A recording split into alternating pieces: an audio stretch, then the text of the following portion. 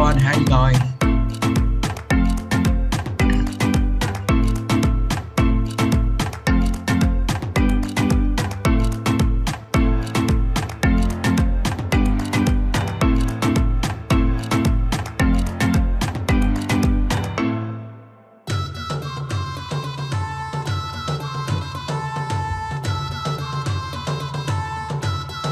How are we going today? Free to pop in chat, how are we feeling?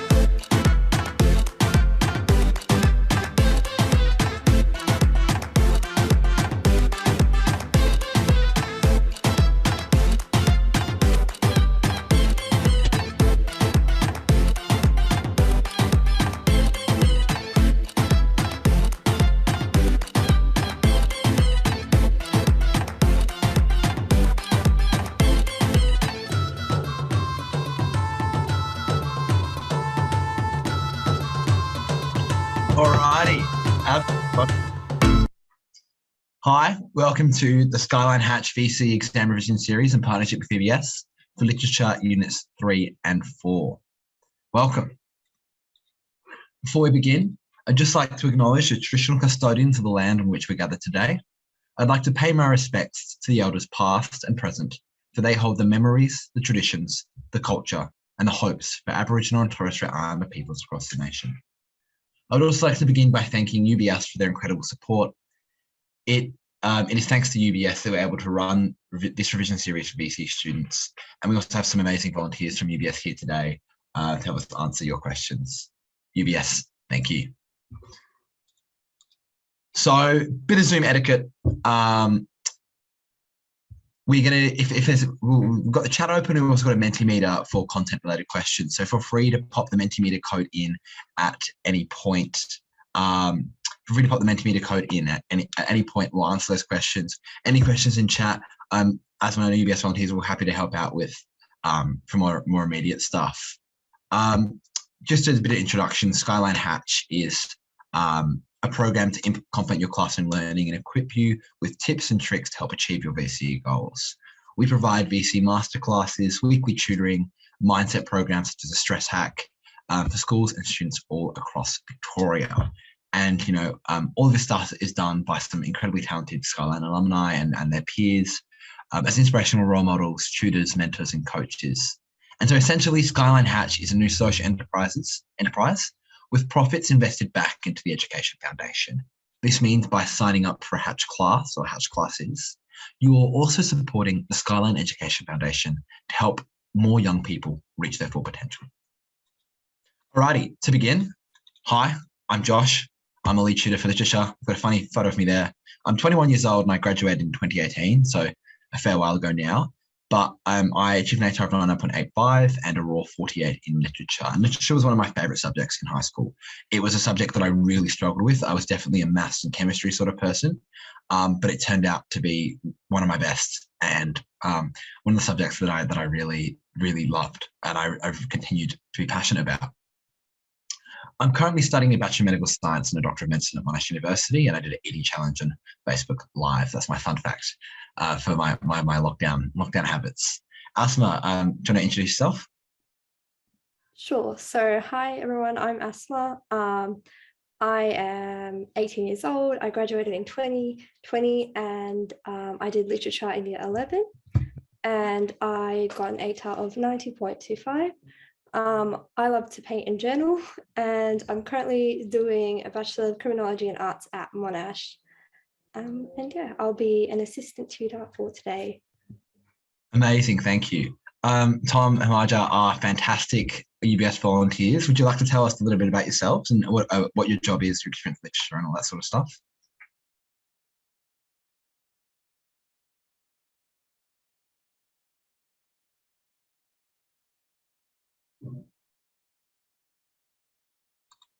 Tom, do you want to go first, potentially?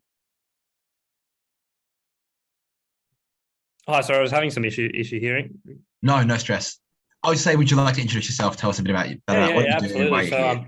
So my name's Tom. I work at UBS. So I work on the equity sales desk. So basically, what my role involves is dealing with professional investors, so super funds and other types of investors, and I help them to make good investment decisions in terms of securities that are listed on the ASX. So the best part about my job is that I get to meet a lot of different management teams, particularly in small companies. And so I, basically get to get exposure to lots of different sectors.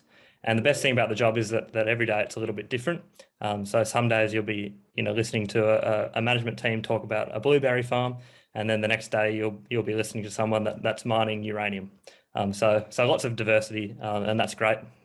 In terms of kind of my study background, I actually did the HSC in New South Wales, but I was a very keen student of English, did extension English at school, and really enjoyed, digging into the text and going through some deeper meaning.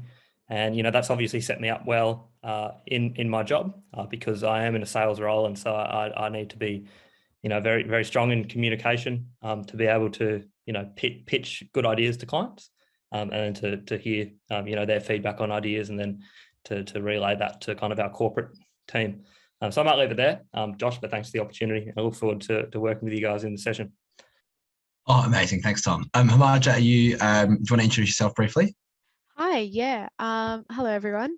My name is Hamaja. I work at UBS as well, like Tom, but I work on the derivatives trading desk in trade capture. So when we have a trade come through, we need to book it into a system so that, traders can see their risk. And when they can see their risk, they then know, based on what I've already done today, I can kind of tell what I need to trade to keep my portfolio balanced.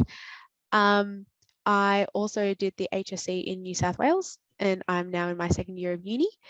I also loved English. I did lots of English and lots of maths. I did 4-unit English, which is like English extension 2, kind of like literature, I think, is like the extension level of English in Melbourne.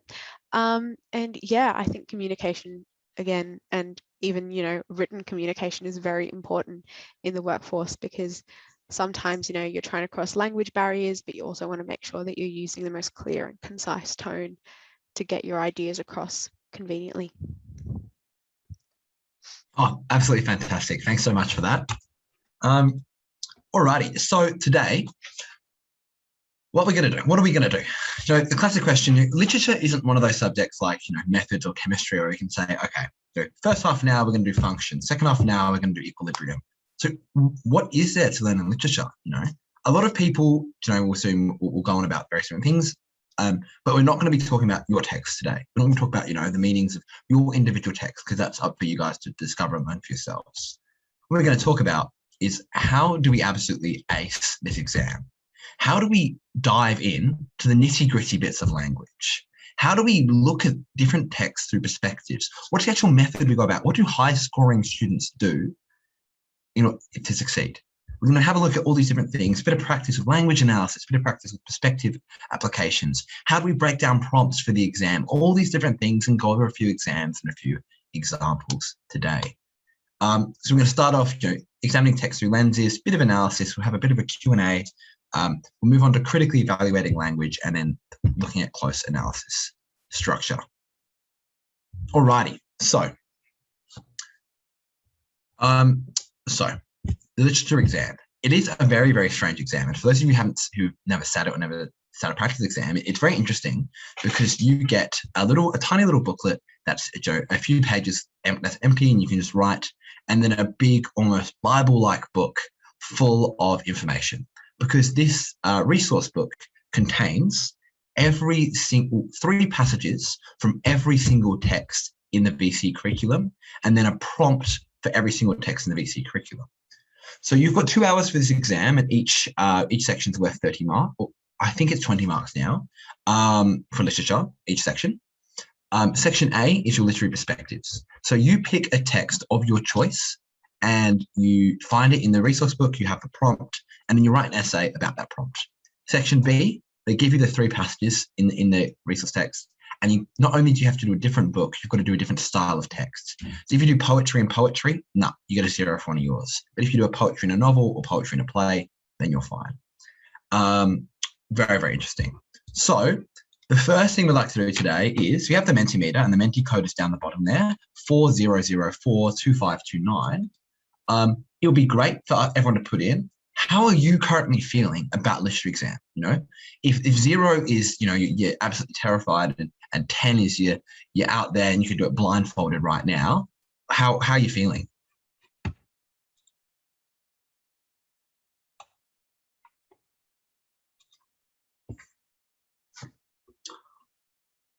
So I'll give everyone a couple minutes to do this, but it's very interesting to see. I think for me personally, I really struggled with literature. I remember getting there at just start the year. I was always, you know, a bit more analytical, but I was like, end of year 10, I was like, you know, I'm going to go on a limb. It's kind of fun, like doing this close reading. I'll do it. And I did okay in year 11, and then year 12, I'm like, okay, well, I've stuck it out so long, I may as well keep doing it. And I remember getting my first close analysis back, and then the teacher writing, I don't understand a word you said. And I was like, this is ridiculous. Like, I've gone through every exam report and I found every single big word that I could possibly use. And I've just filled my essay full of these big words. What doesn't make sense? And it took me a very long time to realize that, you know, it's not just big words in literature, it's actually the content of what you write. And, you know, I went from, in a space of a couple of months, like changing my style of writing, which is what I'll talk to you about today, from, you know, a student who was probably going to get a 25 to 30, so sitting, you know, at average or below average, to 48. Which was, you know, top, I think 0.5%, which was a crazy experience for me. But I only did it because I had all these skills and these people who were available to help.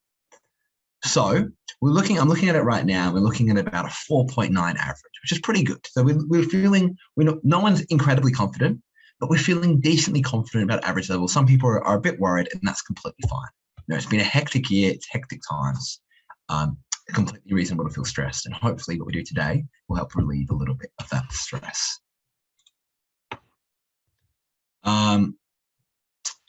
Awesome stuff. Okay, lit perspectives.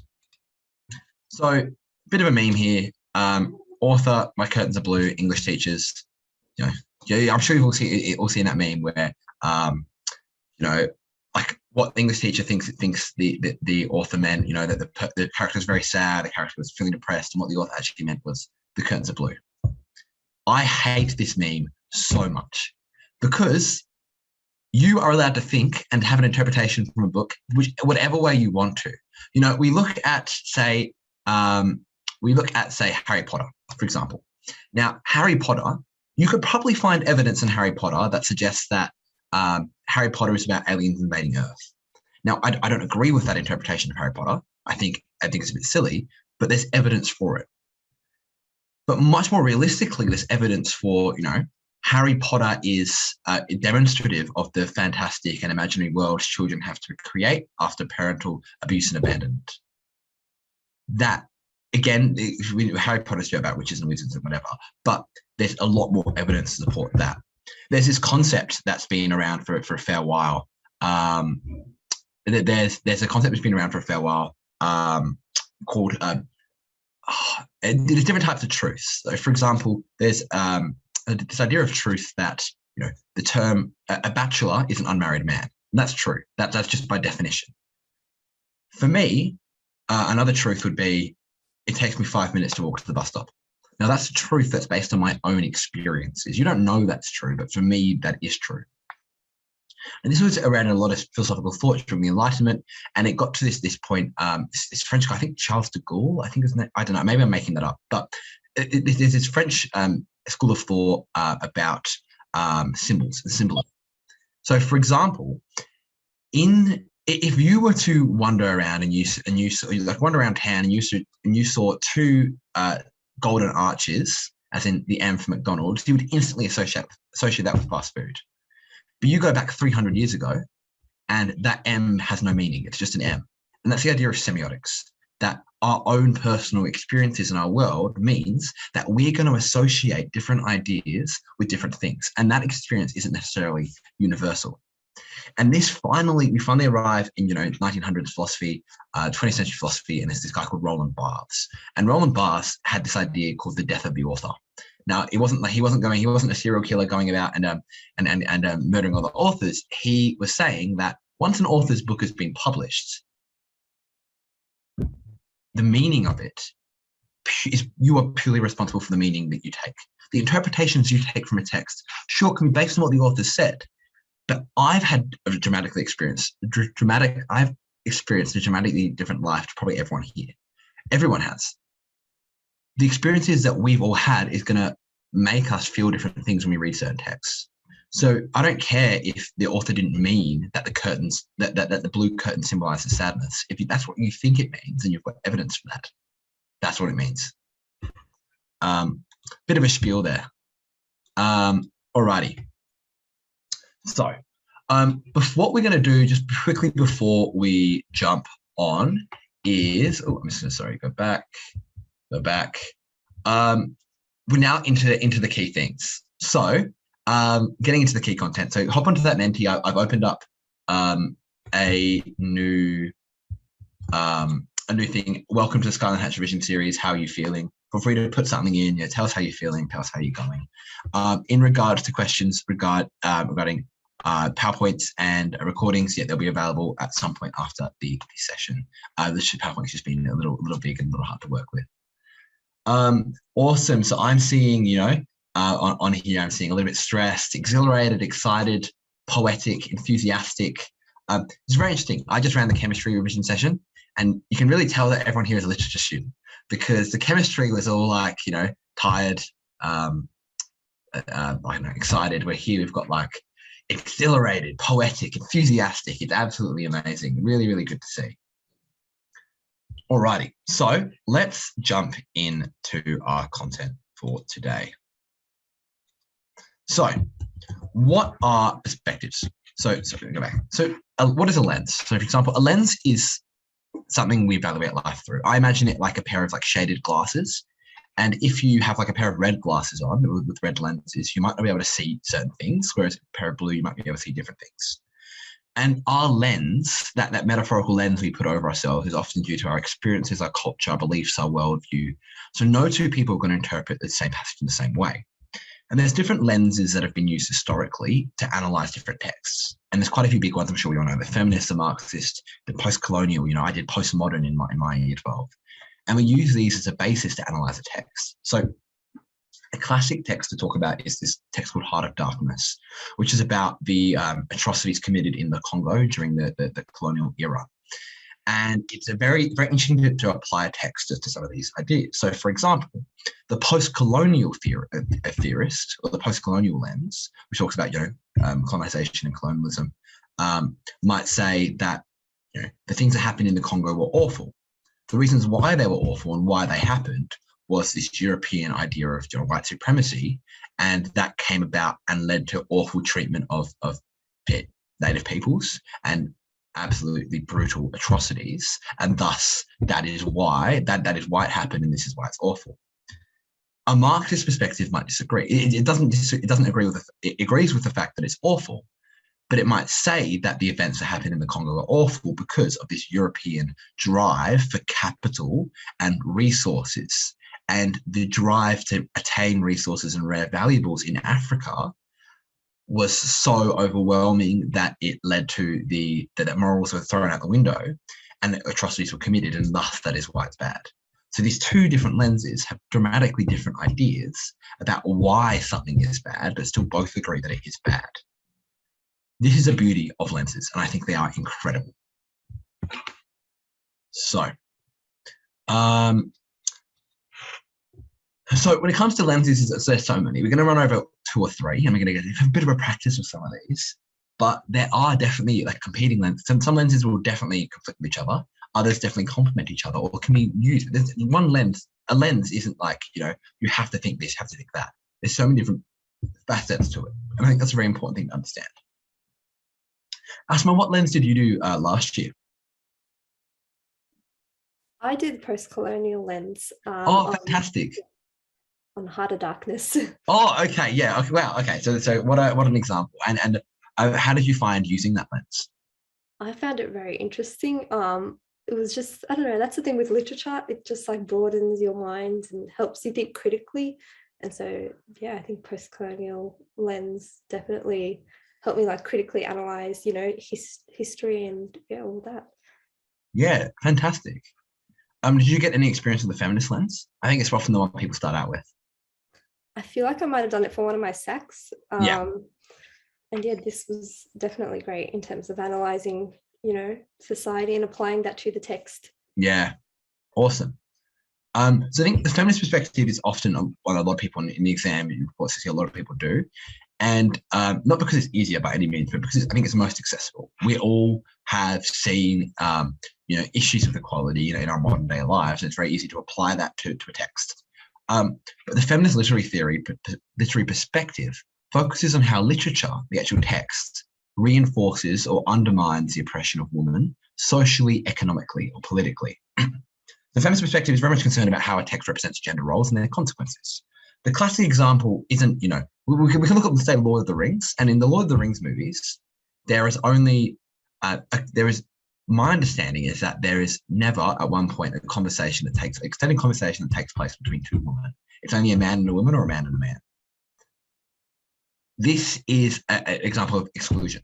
So a classic point is in one of the texts I studied was buried child, and the mother of the family is often, her voice is off stage. She's only ever speaking when she's off stage, or even the way the main character is idolized despite being an absolute wreck and very self-destructive is indicative of the way that the presence of women is undermined. It's not just explicitly misogynistic things that we're looking for, it's the very structure of the text, or either the structure of the text and how the author has developed that, or how the author has developed the society of the text to condemn the feminist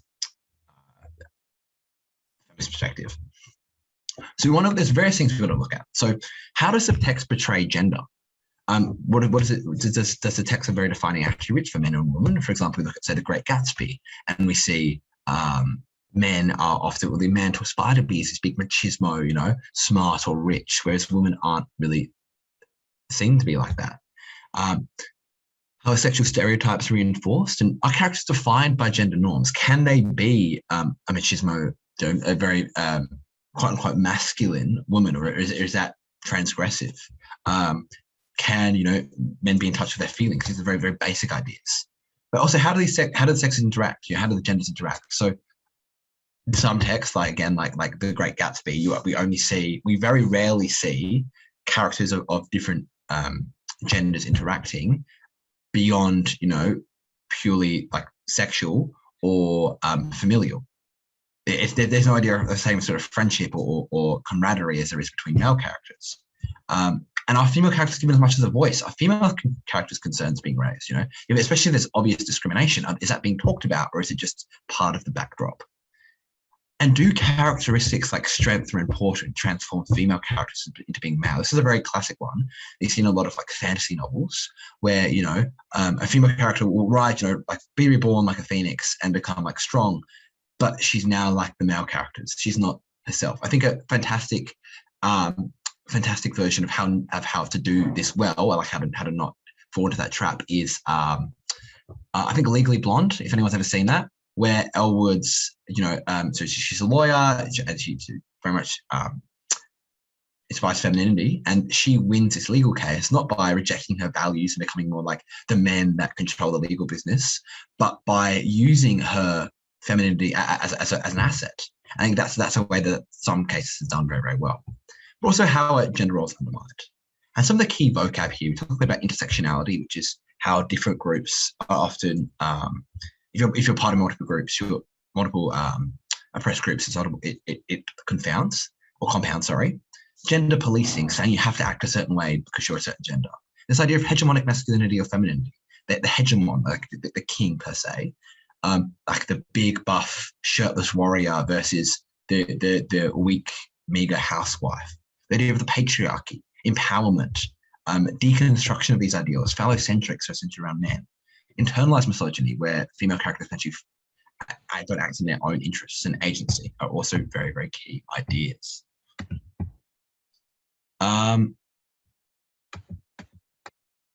So the Marxist perspective is another great one, and I often see this being used with the feminist perspective, which might seem crazy, but it often works. So the Marxist literary perspective is a lens used to investigate class conflict and distinction in literature. And it forgoes the aesthetic form of literature. We don't care about the aesthetic form, and instead focuses on the political and social undertones of the novel. So when we look at a novel, we've got to think, is there a ruling class? And how do different social classes interpret the same set of events? For example, war in like a medieval fantasy novel is devastating for the peasantry, but it's just another day in the life of, or possibility for riches for the ruling class. How do the texts reflect an economic base, and is the influence of capital portrayed as negative or positive? Is the acquisition of wealth the drive to get more money and more resources? Does that destroy someone, or does it make them better? What does the text say? Who owns the means of production? Who's making the money, and who actually like owns it? And is there a recognizable class divide? If two characters stood side by side in a play or spoke to each other in a novel, could you tell there are different social classes? So here we're looking at the means of production, like the actual method that we go at producing goods. The bourgeoisie, the ruling class, the proletariat, the working class, the superstructure, commodification, dialectical materialism, and the false consciousness of the working class. These are, again, key ideas you need to investigate a bit more about your lens to understand a bit more about. And the final big one is that a lot of people use is the psychoanalytical perspective. And this perspective says that, literary texts are actually really good insights into an author's anxiety or their neuroses, so into what they're thinking. It's used to illustrate that characters are merely projections of an author's psyche. Let's say a character is needlessly punished. It might be the author punishing himself or punishing someone in their life through the representation of a character, like a voodoo doll. Or the text might be about they can't succeed in real life, so they have to reflect what they might think. So they might write a novel. Now it's a bit more niche, but there's so many different perspectives you can use. But feminist, Marxist are the main ones, post-colonial as well. But here we're looking about, is there a persistent presence of literary tropes and ideas? Very much ties in with the postmodern thing, that the idea that the meaning is purely your own to take. But how are characters praised and punished? Does the text resemble any common myths or legends? When do characters act normally? And we look at all of these key vocab ideas. So I've got I have a brief excerpt here from The Great Gatsby that I'll read out, and we can maybe point out some things from different perspectives. Before I could reply that Gatsby was my neighbour, dinner was announced. Wedging his tense arm imperatively under mine, Tom Buchanan compelled me from his room as though he were moving a checker to another square. Splendidly, languidly, their hands set lightly on their hips, the two young women preceded us out onto a rosy-coloured porch open towards the sunset where 4 candles flickered on the tables in the diminished wind. Why candles? Objected Daisy, frowning. She snapped them out with her fingers. In 2 weeks, it'll be the longest day in a year. She looked at us all radiantly. Do you always watch for the longest day in the year, then miss it? I always watch for the longest day in the year, then miss it. We ought to plan something, you and Miss Baker, sitting down at the table as if she were getting into bed. All right, said Daisy. What do we plan? She turned to me helplessly. What do people plan? Before I could answer, her eyes fastened with an awed expression on her little finger. Look, she complained. I heard it. We all looked. The knuckles black and blue. You did it, Tom, she said accusingly. I know you didn't mean to, but you did do it. That's what I get for marrying a brute of a man, a great big hulking specimen of a... I hate that word bulking, objected Tom crossly, even in kidding.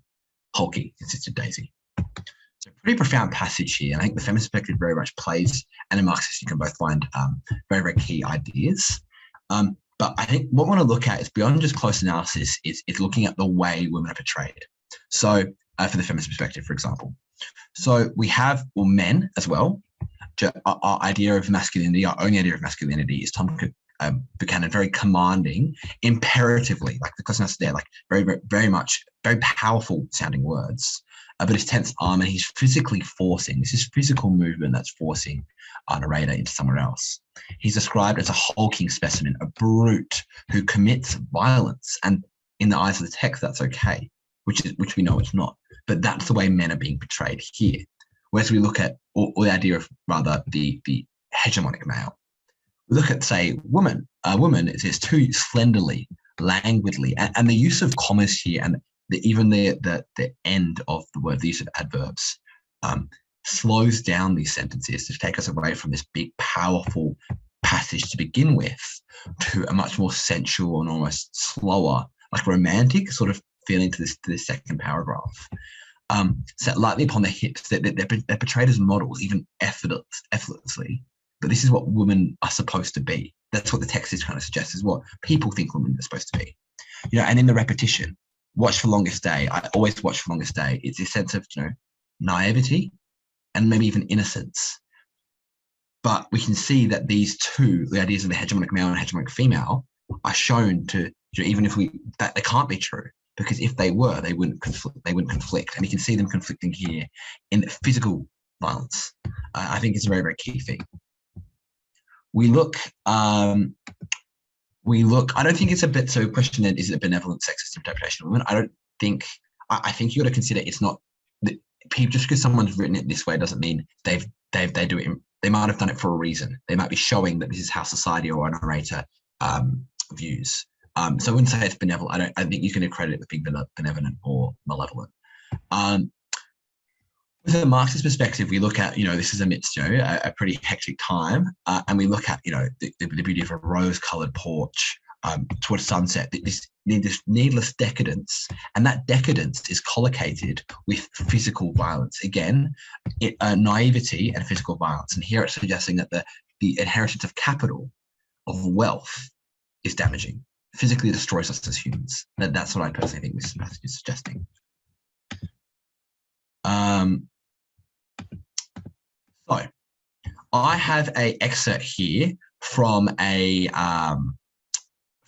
text called Cat and the Hot Tin Roof. It's a play that takes place in a Mississippi plantation in the 1950s. And it's a very, very interesting book about a play about, homosexuality and the idea of marriage. So here I've got a passage provided. Now, if you've done Cat and the Hot Tin Roof, you're welcome to try to expand on that, but have a look at just this passage alone if you haven't. Take a couple of minutes, think about, a feminist or a Marxist perspective, put some ideas, and if you go to the Mentimeter, you're able to put your ideas in there, and I'd love to see some more. But fantastic from Isabel here, and overthinking, but in regards to Daisy's name, the fragility of a daisy. You're exactly right. Her very title is indicative of her fragility. There's a reason why everything written has a reason to exist, and you've picked on something perfect. But anyhow, let's jump into this. Asma, do you have anything to add when it comes to analysing this sort of thing? As in analysing just this text, or in general? Oh, in general. Literally, don't worry about overthinking.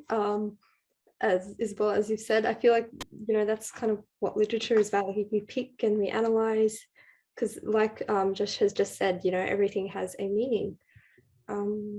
And yeah, you can definitely find so many links. Yeah, wonderful. Alrighty, I'm gonna pop some music on in the background, give it a go, attempt it, and then pop it in the Mentimeter once you've given it a read. Choose feminist or Marxist, or a mix of the two. But any ideas that you have, just pop them straight in.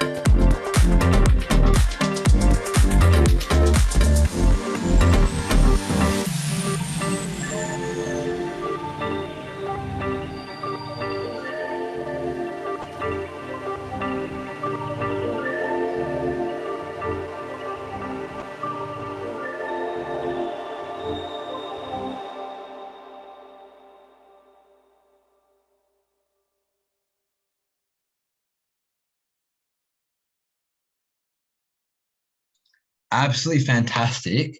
I've got, I'm just going to wait, there was 2 minutes. We'll do 1 more minute very briefly. But start popping those ideas. You've had a think, you've had a read, start popping those ideas into the Mentimeter, and we'll have a bit of a discussion.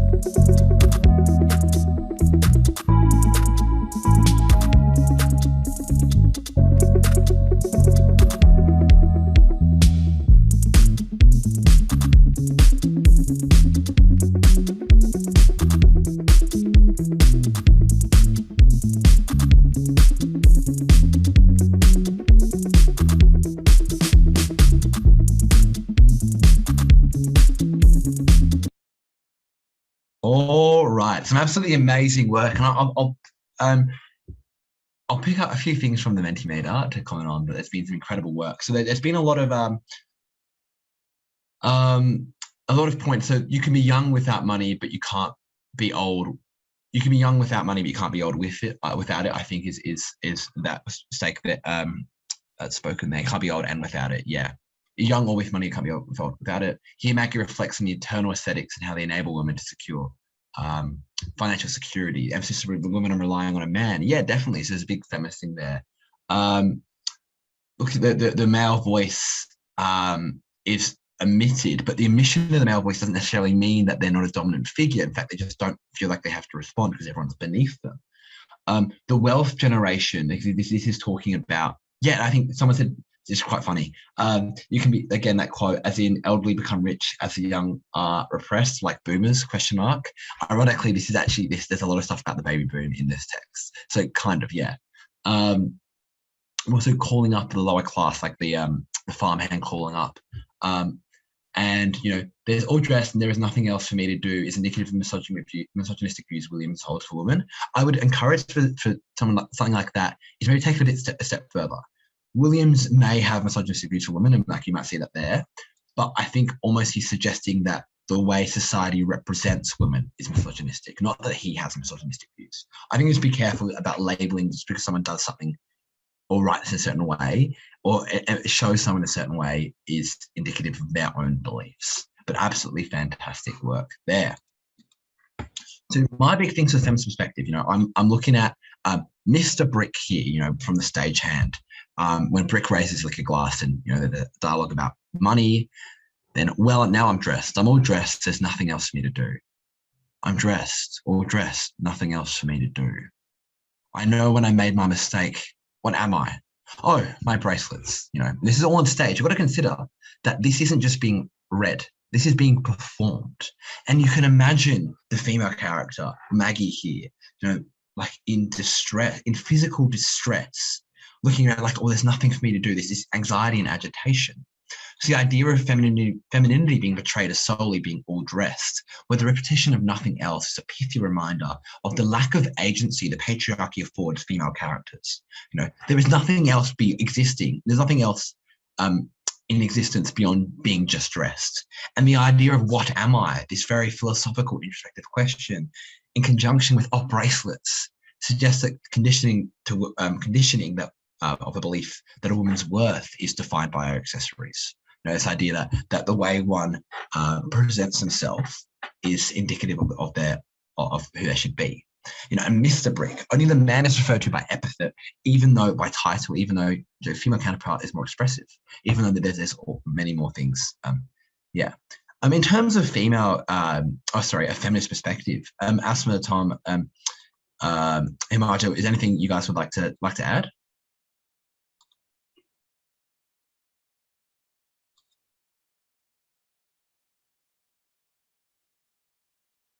Easy. I'll jump onto the Marxist perspective. So the exact same passage, but so many different things. So, hi, Mr. Brick, how are you feeling? Brick raises his liquor glasses to answer the question. And then you have this whole, you can be young without money, but you can't be old without it. You've got to be old with money, because to be old without it is just too awful. You've got to be one or the other, either young or with money. You can't be old and without it. That's a truth brick. So the way to get go, it's this simplistic dialect, how you're feeling. You can imagine it on stage, like how you feeling. And the servant without a name, the fact that they're referred to by like a racial slur, is reaffirms this class boundary, you know, as does the merely silent acknowledgement of their presence. You know, if there's nothing like, hey, how you going? It's, which even then is considered polite, the fact they've even acknowledged someone. So this really reaffirms, you can tell there's going to be a very distinct class boundary. And then a very interesting take in an American, this is like your mid-Cold War American text, Maggie starts discussing this very almost socially transgressive ideas. For those who don't know, you know, in the Cold War, there was this idea that the Russians were gonna and communism was gonna take over the world, and there was a fight against communism versus capitalism. And this is, Maggie actually discusses the pervasive influence of capital, money, as a core ingredient to happiness.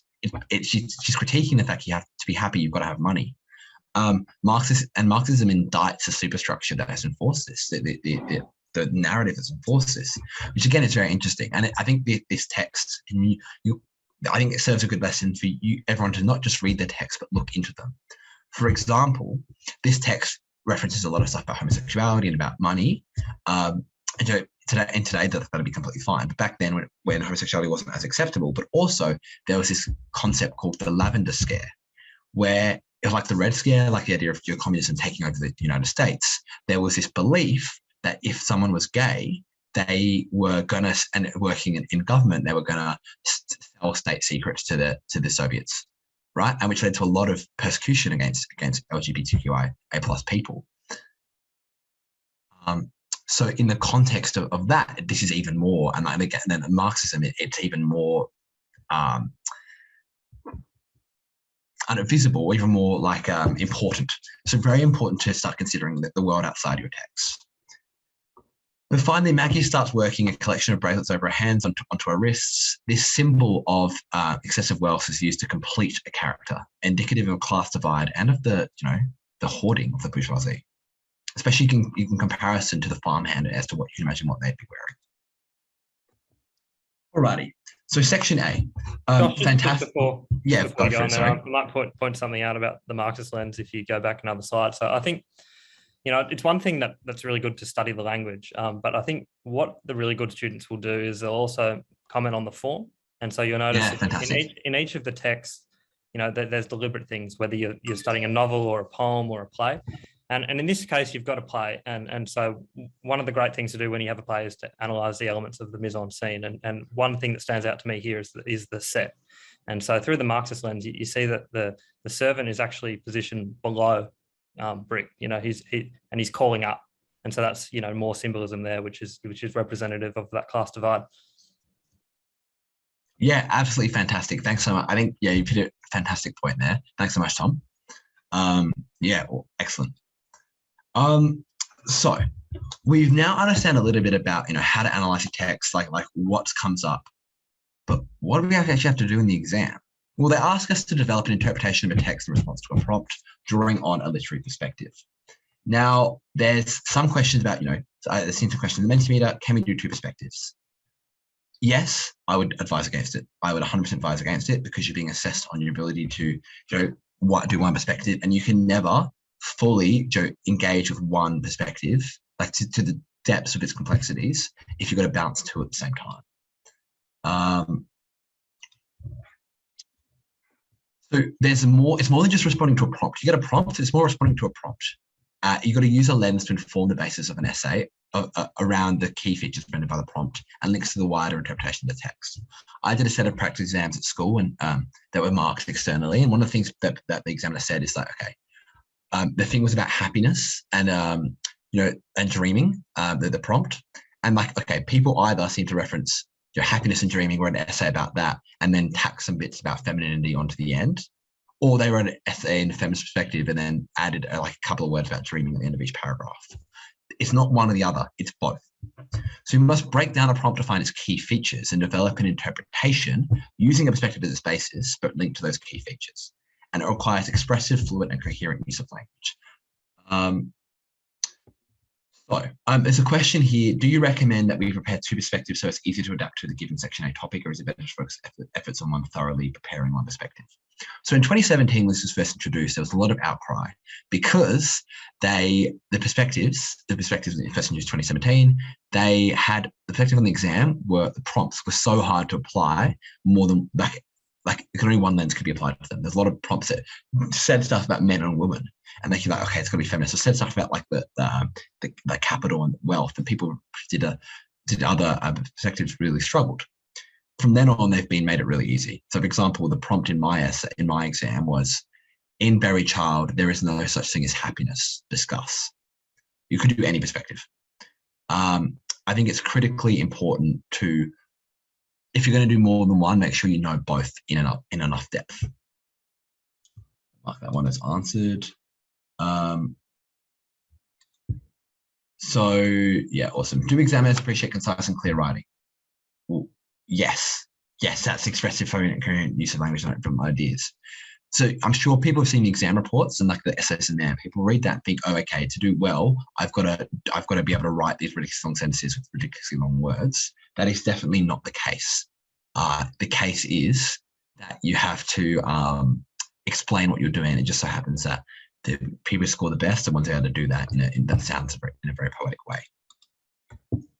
This is what a prompt looks like. So here's one I had in my exam, sorry. Consider the proposition that in Shepherd's Berry Child, no happy ending is possible for the characters. Or the American Family in Cat and a Hot Tin Roof represents a culture that demands too much of individuals. To what extent do you agree? The lives of the characters in the anchoress are shaped by a need for power. To what extent do you agree? Or reflects on the ideas in Plath's, that poems in Plath's area are more complex than simply the confession of her life. So you can see these are all very broad and you could really apply a lot of different things to them. The question is, okay, what do we do? What do I notice here? The American Family in Cat and a Hot Tin Roof, William's Cat and a Hot Tin Roof reflects a culture that demands too much of individuals. So when I see a prompt, what I'm going to do is I'm going to highlight the keywords. Asma, what are you thinking? You see a prompt like this, what are you thinking? Exactly what you just said. Definitely highlight the keywords. So in this case, yeah, American Family is pretty. Yeah, perfect. Yeah. I think it's a big one. Like, what is the American family? Like, that talks a lot about everything, a lot about everything in the background. So the American family, definitely, it reflects a culture. Okay, what's the culture we're talking about? Demands too much of individuals. Who are these individuals? Like, is it just the main characters? Is it everyone that's suffering from this? Some people benefiting from the American family? And what is the American family? Is it the patriarchy? Is it the way, like the nuclear family? We've got the mother, father, daughter, son. And what does it mean when they ask, to what extent do you agree? So I like to think, I look at these, I get my keywords and I define things. I think about the American family. It's like the family of the play. It could be the family of the play or who it comprises of. And I would have this focus on how the text references a very heteronormative nuclear family and how the characters interact. But culture is maybe the American dream, or maybe it's just wider society. Maybe it's McCarthyism in that era where people were being hunted for their political opinions. And individuals. Individuals is a really key one. Who do you use as an example? Is it just the main characters, just the minor characters? I've read analysis, post-colonial analysis on Cat and Roof that just talked about the characters in the background, or is it everyone? So from here, I can create an interpretation. So potentially, the broken family in Cat and a Hot Tin Roof the broken family Cat and a Hot Tin Roof presents reflects how the demands of the American patriarchy enforces a legacy of hegemonic masculinity and femininity.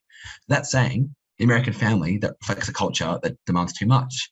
This is obviously a very feminist interpretation. But I could also say the family structure pervaded by wealth and greed presented in Cat and a Hot Tin Roof reflects Americanist demands for class loyalty, which is a very similar, the root is very similar, but it's obviously these two very different ideas, one feminist, one Marxist. And that's sort of the stepping stone I use. Then the whole idea of to what extent do you agree? So There's different topic types. So some will be, discuss the proposition that, or reflect on the idea that. And this is where we've got to consider whether you agree with the proposition or not, and think of it in examples of exceptions. So is a proposition true? Maybe, but what's evidence for and against? And that's what you've got to write about. Consider the extent to which, or to what extent does, is consider where your position lies in a continuum. Justify and explain why, and your interpretation should include info from all aspects of the text, because it's about the entire text. And in what ways and how does is there's little room for disagreement. You can do a bit of stuff like, oh, it doesn't do it in this way, but if you get like how does count a hot tin roof reflect the demanding too much of family, is focus on how the techniques that are used to achieve this and how perspectives are used to draw upon wider society. So I'm going to briefly share a video from our wonderful UBS volunteers, and then we'll have a quick break before we launch into the next 2/3 of today's session. Hi, my name's Emma. I work on the equity sales desk at UBS, focusing on hedge funds. My biggest career highlight to date was hosting a panel with over 150 clients who were based around the globe with one of my colleagues a few weeks ago, presenting on one of my pieces of work. At university, I studied commerce with a focus on French, data science, and finance. And in high school, French was one of my favorite subjects. Advice to my younger self would be to make the most of your youth and just ask as many questions as possible, really leveraging the fact that you don't need to know all the answers. All the best with your studies. Fantastic. Alrighty, we'll take a quick, I think we'll say 7-minute break. Now we'll jump back into everything. For free, go stretch, right? We're talking for an hour now. Go have a stretch, grab a glass of water, and Ashma and I will see you back here very, very shortly. Wonderful. Thanks, everyone. Pop any questions through into the Q&A that you have, but please spend a bit of time, have a stretch, have a walk around. Alrighty. Thanks, legends, and I'll put some music on in the background. Wonderful, everyone. Absolutely fantastic. Hope we're all feeling a little bit more refreshed. And I grabbed a drink of water. I'm feeling great, ready to go. Asma, Tom, Maja, how are we feeling? Good. Ready for the next part of the session. Yeah, exciting. Looking forward to cracking into it. Yeah, legendary. Alrighty. Let's go. So, before we begin, something happened. We have a wonderful initiative at Skyline called Stress Hack, and absolutely fantastic Leah. I've just recorded a video for us. Let's give it a bit of a watch, see what we think. When we feel really stressed, like borderline anxious, something happens in our brain that, unless you know how to deal with it, it's actually one of the places where our brains actually totally hold us back. Like they make things stacks worse than they actually need to be. So in this video, I'm gonna share what actually happens in our brain so that you get what's going on, but then also share something you can do, like a little hack you could do that's super simple that you will always have. Like once you hear it, you'll always have it. You can always use it. That helps you override some of the default stuff that our brain does that literally, gosh, I mean, our brains are amazing, like totally extraordinary. Like, it's hard to believe that in some ways it completely holds us back and has us feel horrible and completely overreact during things like, taking an exam or asking someone out or public speaking or being in an interview. You know how stressed out you can feel about that? And logically you go, that makes no sense that I'm that stressed. Like, what's the worst that can happen? But in your body, you're completely freaking out. So when that stuff starts to happen to our bodies, when we're worried about something, it sends a signal to our brain that it needs to protect us. And the problem with this is that the signal it sends is that it needs to physically protect us, like we're in some kind of physical danger. So what it does is it sends a shot of stress hormones, like adrenaline, to our body that has us get into the mode of being able to either run away or stay and fight. So fight or flight. It gives us fight or flight chemicals because it thinks we're in physical danger. And normally we're not. We're like either really worried that she's gonna say no, or we're like worried that we're gonna fail an exam, or we're not gonna do well in an interview. But we get these stress chemicals that have us like seriously, like we're pumped up to fight or to run away. And that's the last thing you want to experience in your body when you're just about to do something that has you need to be in your head.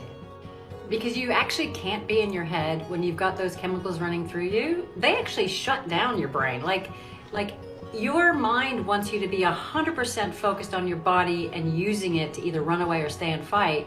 So it doesn't want to spend any energy in your brain thinking through things. Like, that's the last place it wants you to spend energy. So you literally, like, you can fully go blank or just forget stuff and go, what happened to me there? So here's what you do. You simply have to say something to communicate to your brain why you're feeling stressed. It sounds corny, but you have to say, you're okay, Leah, you're gonna be fine. You're just stressed because this is really important to you. You are safe.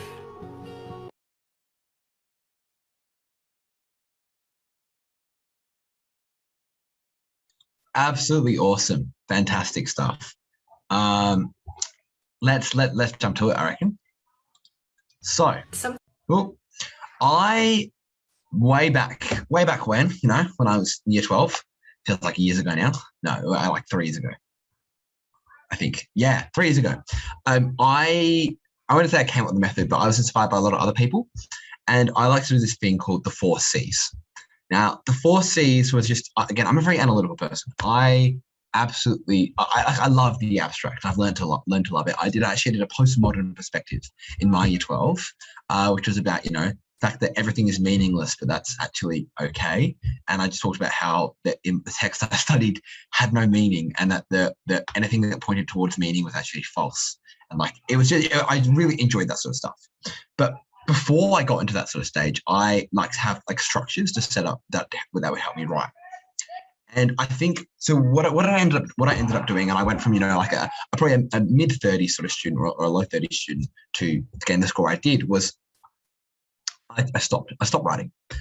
And I got rid of all of the, you know, the flowery, poetic, like fluff, the waffle in my essays. And I'm like, I'm just going to say it how it is. This is what I think, and this is why. And I actually started doing a bit better. And I kept extending on that. And when I got more and more comfortable, I found I could add these bigger words. I could do better things. And I could do all of these amazing things. Like all the things that everyone really wants to do, like add these really big and cool words, like these like, you know, mise en scene and like, there's a bit of an easy one, but like, you know, hyperphora, like these crazy language techniques. Like, I actually start adding them in. And I use this method here I call the 4 C's: close analysis, criticism, critique, and conclude. So close analysis. Now, I'm not saying go and closely analyze everything you read. Well, actually I am. But I was saying you have to write an essay about that. But the first thing I like to do is I like to look for evidence, right? Let me find a piece of language. That's what literature is about. It's about language. Let me find a piece of language, and from my text, or whether it be, you know, an actual quote, whether it be the construction, as Tom was saying, whether it be, you know, the rhyme scheme or the actual themes, take that and explain it. I would then move on to criticism and link that to my literary criticism or my perspective. So link that to the perspective, and then go to critique. So critique about how those two things complement each other, or if they agree, if they disagree, and how it agrees with the perspective overall. And conclude, I would always try to link back. This is taken away between this entire thing from like, you know, 2 to 5 sentences. Link back into, you know, the wider views and value, the wider interpretation, but the prompt. And this way, I was ensured that every piece of evidence I would analyze would link to the prompt and link to the perspective. So I made sure I didn't make any of those mistakes in writing a whole essay about a prompt and forgetting to include my perspective. Yeah. So structure. Asma, how did you structure your essays in year 12?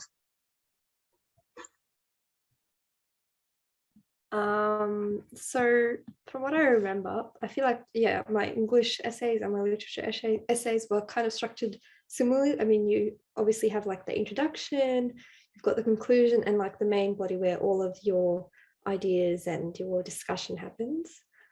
Yeah, that's basically how I would structure mine. But there's so many ways in terms of like, is this the comparative? I guess it depends on which type of essay it is as well, how you would structure the main body. Oh, yeah, totally. I totally agree. I like having an introduction for my perspectives personally. I want to, address the prompts. I want to establish my perspective. I want to let the examiner know that there's no point writing an incredibly beautiful essay, but the examiner's reading it and it takes them, 3/4 of the way through to realize, it's a feminist perspective. Right.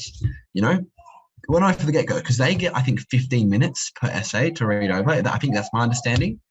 Make it clear. Tell them what exactly what they should be looking for. These people are experts on each text.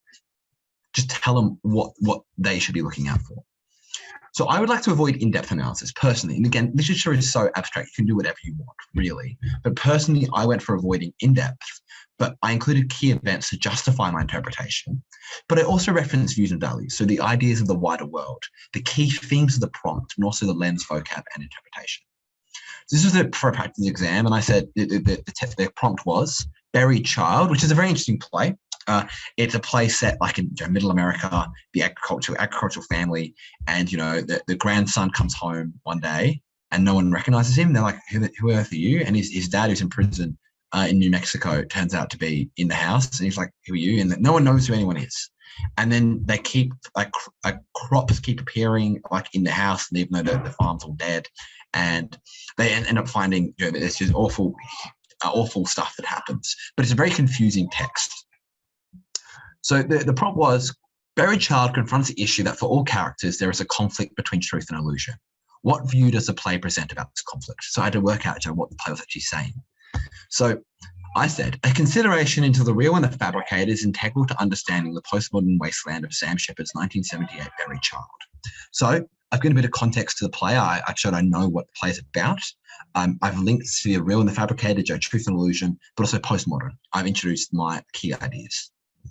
Indeed, as the postmodern condition gives voice to the dissonance and equivocality that plagues every facet of the play's existence, its deconstruction of the demise of the Middle American agricultural family seeks to subvert the very fabric of reality as it exposes the grand narrative of the American dream as fallacious and unrealistic. And yet, as the borders between what is real and what is imagined become increasingly blurred, Shepard demonstrates the conflict that exists between the two is inescapable. So I've talked about, links to the views and values, talked about, this is what it seeks to do, and that, but in saying that, what's real and what isn't is becoming blurred, and that links back to the original prompt. So I've referenced all these ideas and linked back to the original prompt. Bodies are a little more difficult, in my opinion. So each paragraph should be centered around an aspect of the text, and you should be engaging with in-depth analysis to substantiate your interpretation of the prompt through the perspective. Start critiquing your own ideas. An essay requires nuance, so start discussing both sides of the argument, and your conclusion should really confirm, even if your conclusion leads you to sway a particular way. But references should be made towards views and values, the author, and society beyond just the text. And you can see here in the expected qualities of the 19 to 20 mark, a highly developed analysis and thorough evaluation of views and values foregrounded in the topic, and a detailed discussion of those in relation to one chosen literary perspective. Again, you can use two, but I would very much recommend against it. So, for example, this is what I had for another prompt essay. So the stage directions and stances in Buried Child, it just is telling us the dialogue, which is a very interesting prompt to deal with. But Shepard draws from a colourful tapestry of mythology, as varied as the Oedipal myth to Legend of Osiris. Indeed, it is the childish regression of Vince doing what he used to do at the dinner table, and the brutish facsimile of himself presented crashing through the porch screen door that embodies the trope of moribund homecoming from mythos as archaic as the legend of ages. As Shepard's pastiche acts as a vessel to illustrate the construction of one subjective truth over another, the shocking imagery of the silent corpse of a small child ultimately delineates an abhorrent legacy of incest and infanticide that inevitably accompanies the crumbling of the grand narrative of the American dream. So if you see here the 4 C's, my first C, close analysis, the childish regression, Vince doing what he used to do, looking at that, and the brutish facsimile of this, then I link that to my perspective.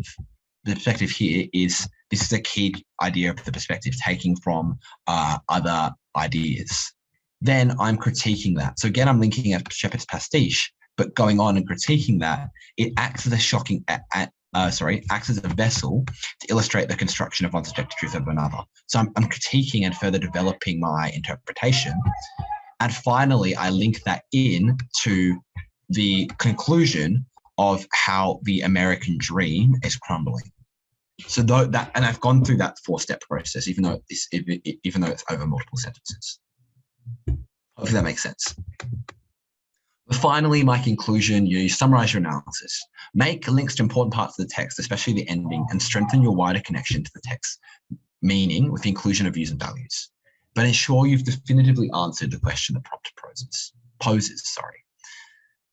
So as the lights go to black at the play's finish symbolizes the end of another day for the sun to rise again and the trauma to repeat itself, Shepard's message of the inescapability of the conflict between truth and fabrication is conjured in the cyclic ending of Berry Child's iconoclastic chronology. That Vince sees his face becoming his father's face symbolizes a never-ending cycle in which the family are trapped. The postmodern wasteland of Sam Shepard's deconstruction of the American dream presents a depressing reality. Humanity perpetually surrounds itself with false narratives, and thus the conflict between the real and vision. Real and vision is never truly inescapable. Question there. So the critiquing part, we make our interpretation more in depth. Yes, that's like extend on it. Like it's like teal. I really could have just done teal, but I liked 4 C's. But yeah, critique, but also not just extend, but also consider how it might not work if you want to add a bit more nuance. But you can see here, I've actually done a very similar thing. But the key thing here, I've linked to key language or key events in the text, like lights go to black, his face becoming his father's face, and link that to an overall idea. And here is my final interpretation. Humanity perpetually surrounds itself with false narratives, and thus the conflict between the real and envisioned is never truly inescapable. My interpretation is something basic like the family hates each other, or the family actually loves each other. It's about the real world, about the wider world of the text. And I think that's something really to pinpoint, that a lot of texts have greater meaning than just what is written down. What are they critiquing? It isn't necessarily just, the characters in the play. It can be so much more than that. Awesome. So let's go to the next page. So we can do a little bit of a writing practice, or what I think we might do is might come back to a bit of practice just at the end. So once you finish everything up, I'm going to show everyone, and we'll go through a bit of sample essays. That's what I'm looking for. Just looking at the question, is it okay if we don't do a conclusion? Like if you don't have time, instead use it to elaborate more on ideas? Yes, you can.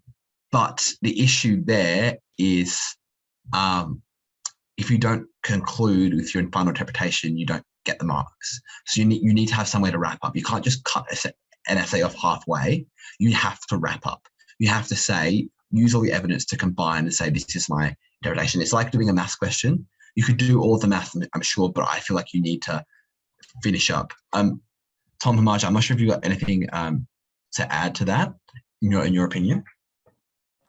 Yeah, in my experience, there's often been marks for structure, having a clear beginning, middle, and an end. And so I've found that, having an end is just a really easy mark to get. It only needs to be 1 or 2 sentences. And, so you just make a call. If you've got, 30 seconds left in the exam, you just go, okay, I've got to finish what I'm writing, and I'm writing a conclusion to get the mark for having the structure. But I think that the more practice you do coming up towards the exam, the better you'll get at actually being able to write a complete answer within the time period. So I actually think that, so long as you get a question that you like on the day, which fingers crossed you do, you shouldn't really have an issue with finishing it in time. Yeah, I definitely agree with what Tom said. Just to add on to what he was saying about structure, I think it's also important to consider the structure of your analytical sentences themselves. So you might choose to use like a QTE structure where you have like a quote technique and then an example, or alternatively, you want to make sure that any kind of analysis you have has a very clear cause and effect that you're analyzing as well. So that way you can incorporate how everything you're saying links back to the question with basically every 1 or 2 sentences that you're writing. Awesome. Thanks so much for that. I think that was really, really helpful. And I think we'll see some excellent examples in just a second from the exam report. My mouse is acting up. There we go. Alrighty. So this here is from the 2018 examination report. This is the introduction. So This is Cat on a Hot Tin Roof, as we covered previously.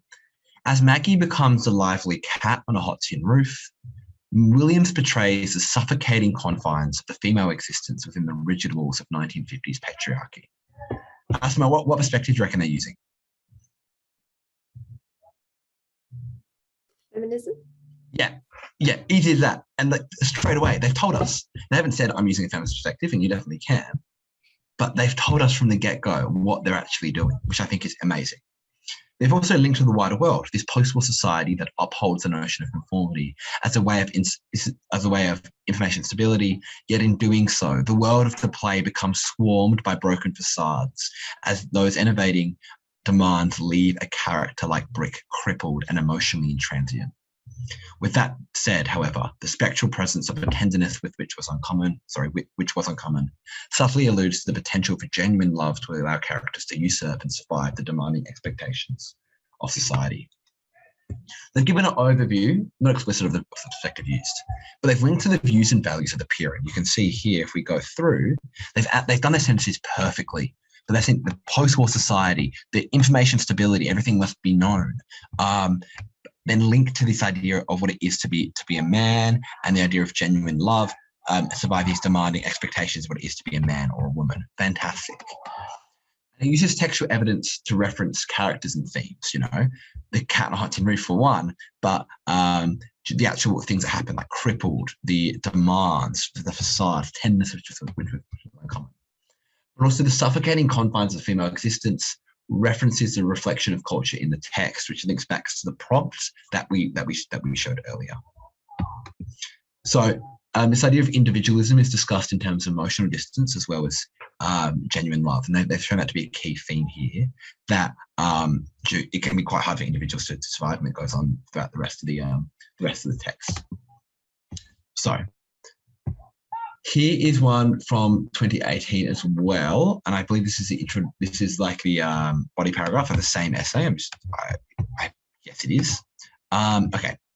The figure of Brick appears to audiences as the paragon of the all-American athlete, yet the cool air of detachment that masks the violent and jarring flashes of lightning exposes a fragile and vulnerable pretense of detached nobility offers. So great, we're now getting into views and values. You can see here they've looked at evidence. So they've linked to views and values of the time period, like the all-American athlete, like you can like Grease Lightning, sort of like obviously a bit of a different time period, but like the jock, the track star, like that sort of like very American trope. And he's a paragon. That's what he appears to be. And yet this cool of detachment, this evidence that masks this flashes of lightning, exposes the vulnerable pretense of attachability offers. So this here is showing that using evidence to say that, okay, the close analysis bit here, despite that cool of detachment, there is this attachability, and that links into the demanding expectations. But we need to see how. As Williams makes clear, this is a man whose society crowned with early laurel, a society seemingly cultivated around the strong heterosexual man, given how the American foot soldier emerged as a cultural icon of resilience in this era. So now we're looking more at the perspective. So they've said, and they've added in evidence here. I'm not saying you don't put evidence in, you only put evidence in one spot. They're building on it. But you can see now it's gone from direct evidence to talking about how the author makes clear this person here, despite like his actual beliefs, but what he looks like and what he appears to be is someone crowned with early laurel, like a king or an emperor, by society that's cultivated around these ideas of a strong heterosexual man, the idea of, and that's very Americanist hegemonic male, and then evidence that it's the American foot soldier emerges as a cultural icon, and that again is views and values linking to the outside world. And then despite this, Brick's and potentially ambiguous sexuality across the play, the existence of something perhaps not normal in this word system of mendacity.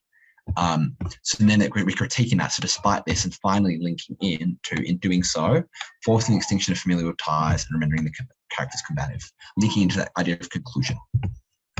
So we can see here, it roughly emulates that 4C's approach: close analysis of text, introduction of critical theory, critique of this idea, and then concluding with incorporation of the wider text. And it references cultural icons, the Americanism of the paragon of the All-American athlete, are references to the American dream era society that the play is widely regarded to critique. And the quotes provide textual evidence, but the familial ties and concepts of normality, ties together the idea that family and the overriding set theme of disconnect. Awesome. So hopefully we've got a bit of an overview now of what the goal is for section A. It might be a little difficult, but we'll go back and might do a practice in a little while. But before, I think there's been a lot of questions today. And what I'd like to do now is a bit of a Q&A.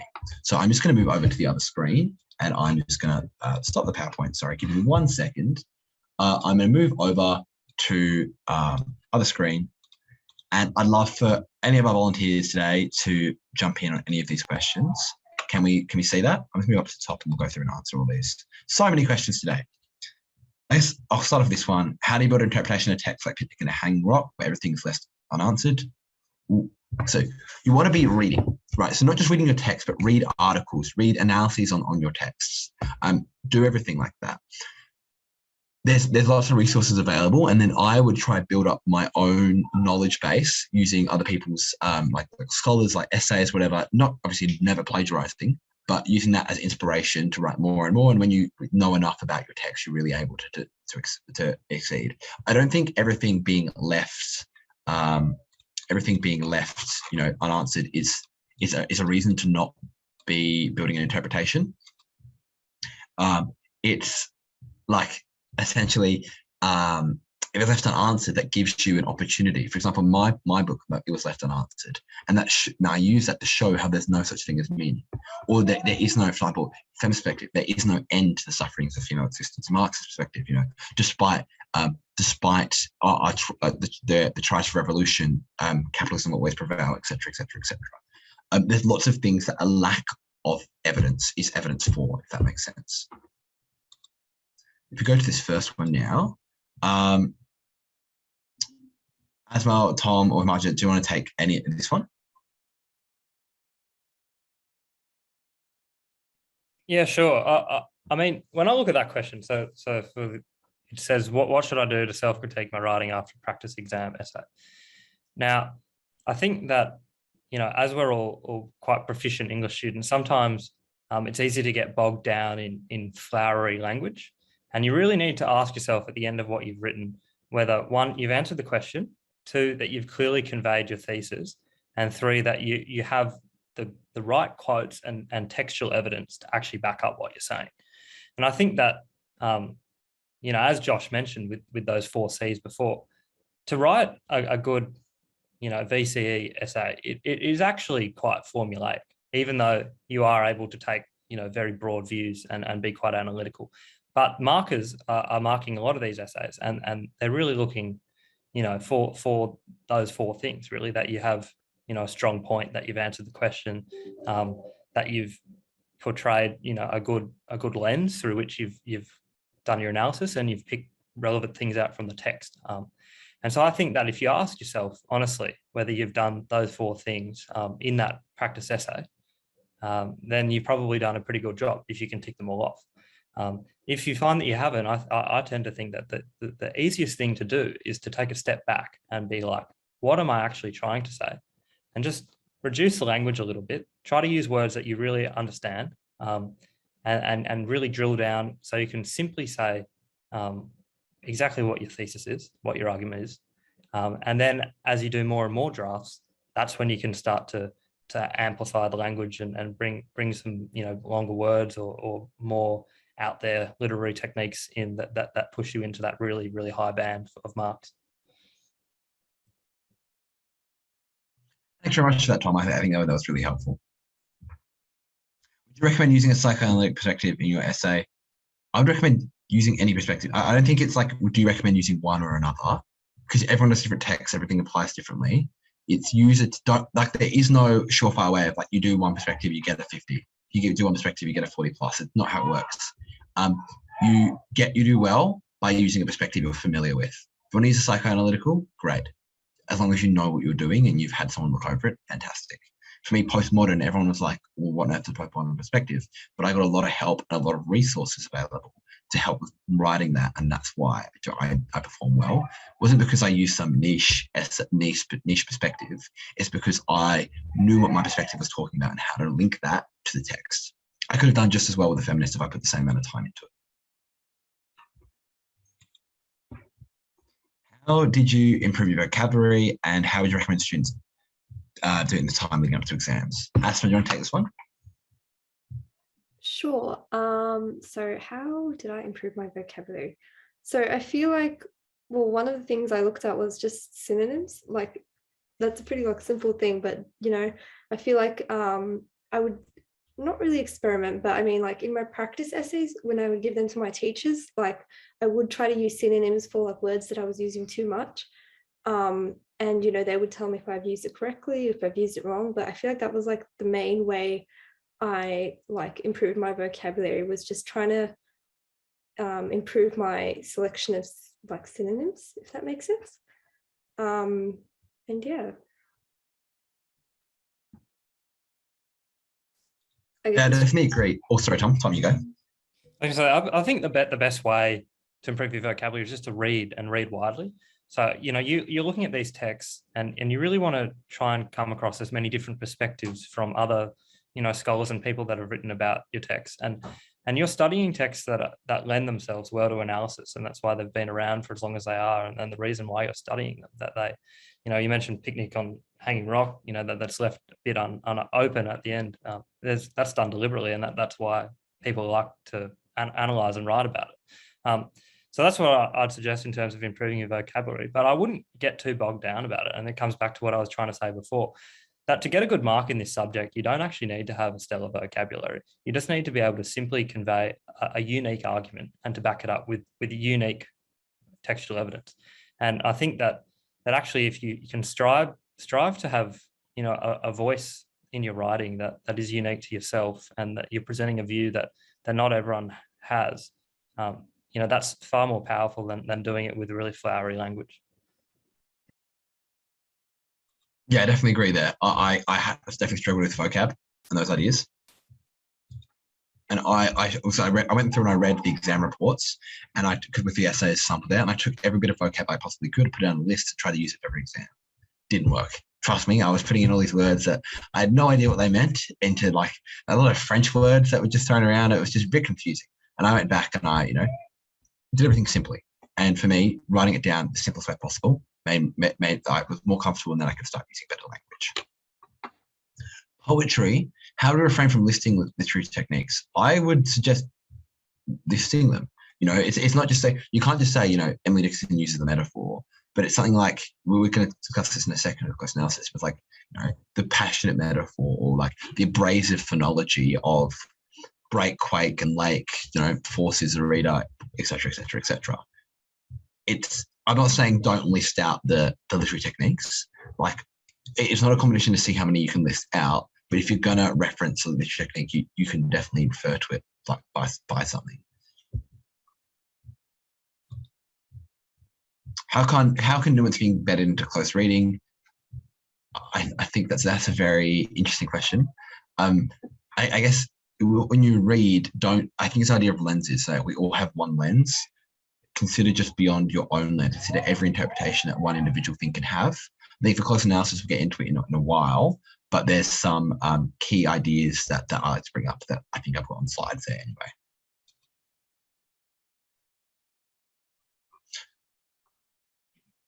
This is a fantastic question. Should we be writing high quality essays using notes in untimed conditions, or focus on getting ideas on a page within an hour? I think to begin, I think you'd be an absolute goose if you weren't doing time practice exams before the exam, and then the first experience writing to an hour on paper without notes was in the exam. I think you'd be very hard. But in terms of starting off, I'm not sure what people have done, what's best. Hamaja, Tom, Hamaja, go for it. Yeah, so what I always did was I spent more time writing really high quality essay plans than writing essays themselves, because that then gives you, the fluidity to explore different types of topic sentences and conceptual arguments as well. But when you're getting closer and closer to the exam, obviously you want to start having the time to practice. But what you can have with you is just those plans as a scaffold, or even just a list of words or ideas that you think are really interesting that you do want to incorporate going forward. So coming back to that question you guys had before about how to improve your vocabulary, it's about building up on the ideas that you've previously had and reimagining them through different contexts. based on, the questions and the themes that you're asked to explore. So when you keep looking at the same words and again, you start to think about them in different ways over time, and that will really help you to, come up with high quality ideas rather than high quality essays that you memorize. Yeah, definitely echo that sentiment. I actually got some examples of my essay plans at the end. But yeah, definitely spend time on ideas. Like, there's no point in writing 100 essays if you've only read your book once. I think that's a key idea. Yeah, and maybe just while we're on that point, just an anecdote from me and my school experience was that so we studied Hamlet, and I don't know how familiar everyone is with Hamlet, but there's a character called Gertrude that maybe speaks about 15 lines in the whole play, and we got a question that was specifically on her and that character. And so that everyone that had just kind of memorized their really high quality essay that they'd written with tutors, really struggled in that exam. So I think from a base, you're much better off actually coming in with a really good understanding of your text and what it means. So you're flexible on the day. Amazing. This question here is interesting. My teachers say literature examiners hate structure. So my tutor in year 12 was a literature examiner and gave me advice on how to do various different things. So I definitely think it's not a hard and fast rule that they hate one thing or love another. It's what they love. It's not what they hate or love. It's what you get marked on. And if you get marked on language analysis, you analyze language. If a structure helps you do that, do it.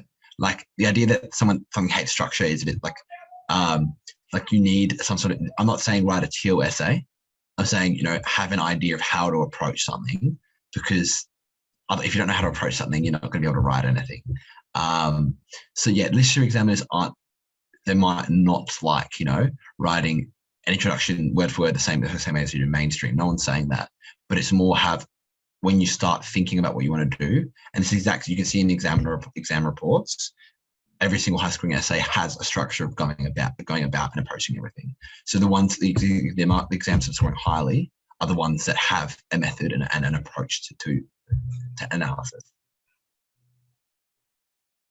Which lens is broader? Again, I think this is a question where it's like either, depending on what you want to do with it. If you're going to look at the intersection between, say, the queer lens and the feminist lens, and sure, maybe the Marxist might be broader if you're going to limit yourself to only that aspect of the feminist lens. But I think both of these are incredibly broad. You can apply lens to anything. It, again, depends on your book. If you've got a book about the struggle of the civil rights movement and women getting the right to vote, then I think the feminist lens might be a little more applicable. But yeah, are there universal concrete symbols? Again, I think there is no surefire way to the idea that you can apply to all texts is a fallacy, because what we imagine, what we see is fallacious. So for example, in Western culture, the color like black symbolizes death, but in Egyptian culture, ancient Egyptian culture, black represents the soil of the freshly flooded Nile, which represents life. There is no hard, fast way to say, oh, yeah, snake means poison, or a scepter means whatever. I think, you don't look at universal concrete symbols. I think if you're looking for symbols, go there's going to be some easy ones, like a white and a pigeon. Sorry, white and a dove, not a pigeon. White and dove might mean peace and innocence. But again, this is a better way to structure this. How would you look for symbols? And that would be linking the presence of something to an idea in the text. And these are often colloquial, but also doing wider reading on the text, not just reading the text.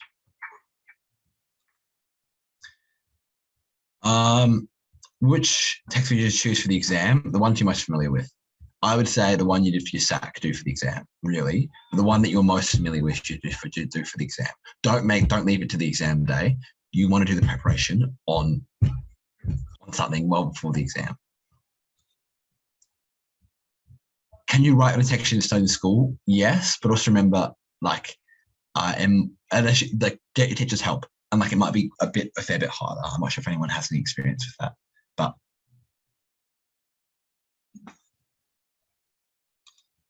Can use quotes in the conclusion. You can. There's no surefire structure. You can use quotes wherever you want. Your entire essay could be quotes if you wanted it to. You just might not get very many marks. But yeah, you can use quotes. You can use quotes anywhere. Did I use the 4 C's? I did not use the 4 C's. I'll show you what I did for part C. Sorry, part B. Having body paragraphs, again, there's no proper structure. I'm not saying write 3 body paragraphs. As many body paragraphs as you have ideas.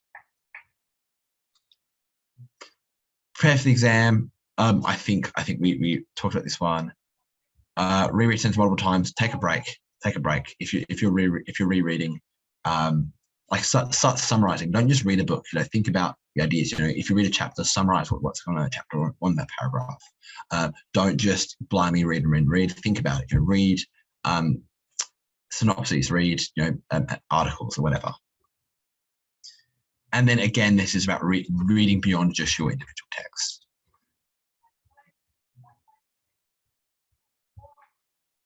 Yes, so to what extent is textual evidence necessary? Well, textual evidence is incredibly important because that's what you get marked on. You're getting marked on your use of textual evidence. So it should be the bedrock of everything you do. Awesome, fantastic.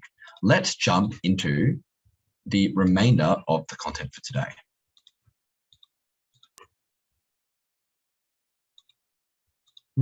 Slideshow. Here we go.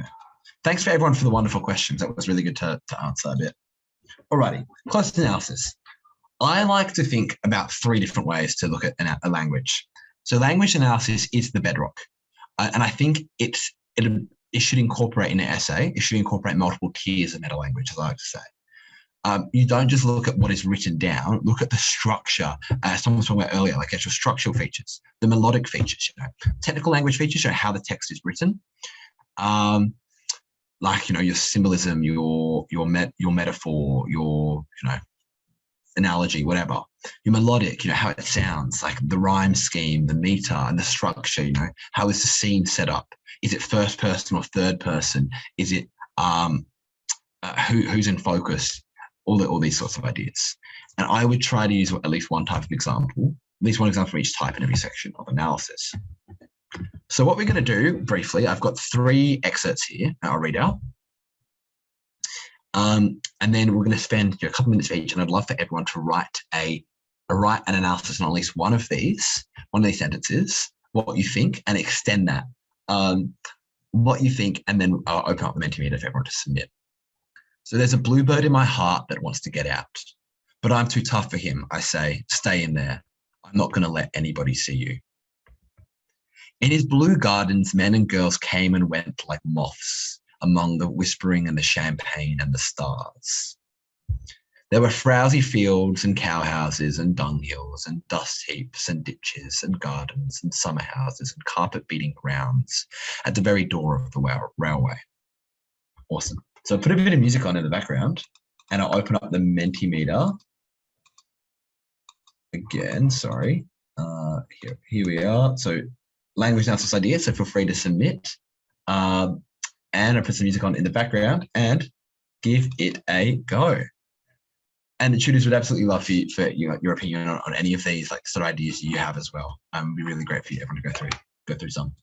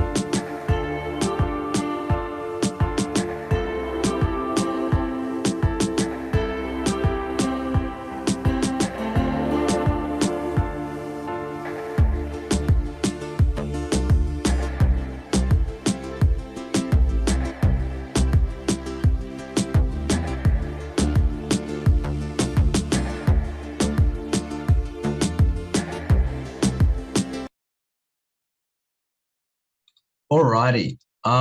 Would love to see a bit more on the Mentimeter. This is really great. Everyone loves the Great Gatsby quote. Everyone loves it. Okay. Would anyone like to start us off on maybe on any of the quotes along here?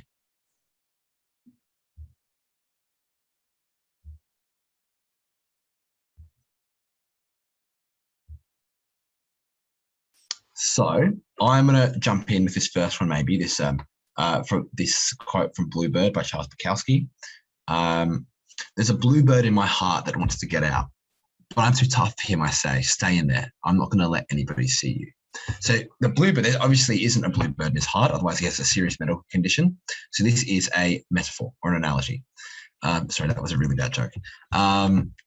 So the idea of the bluebird here, this idea of, this idea of innocence and almost something small and almost inconsequential but beautiful inside the heart where one feels something.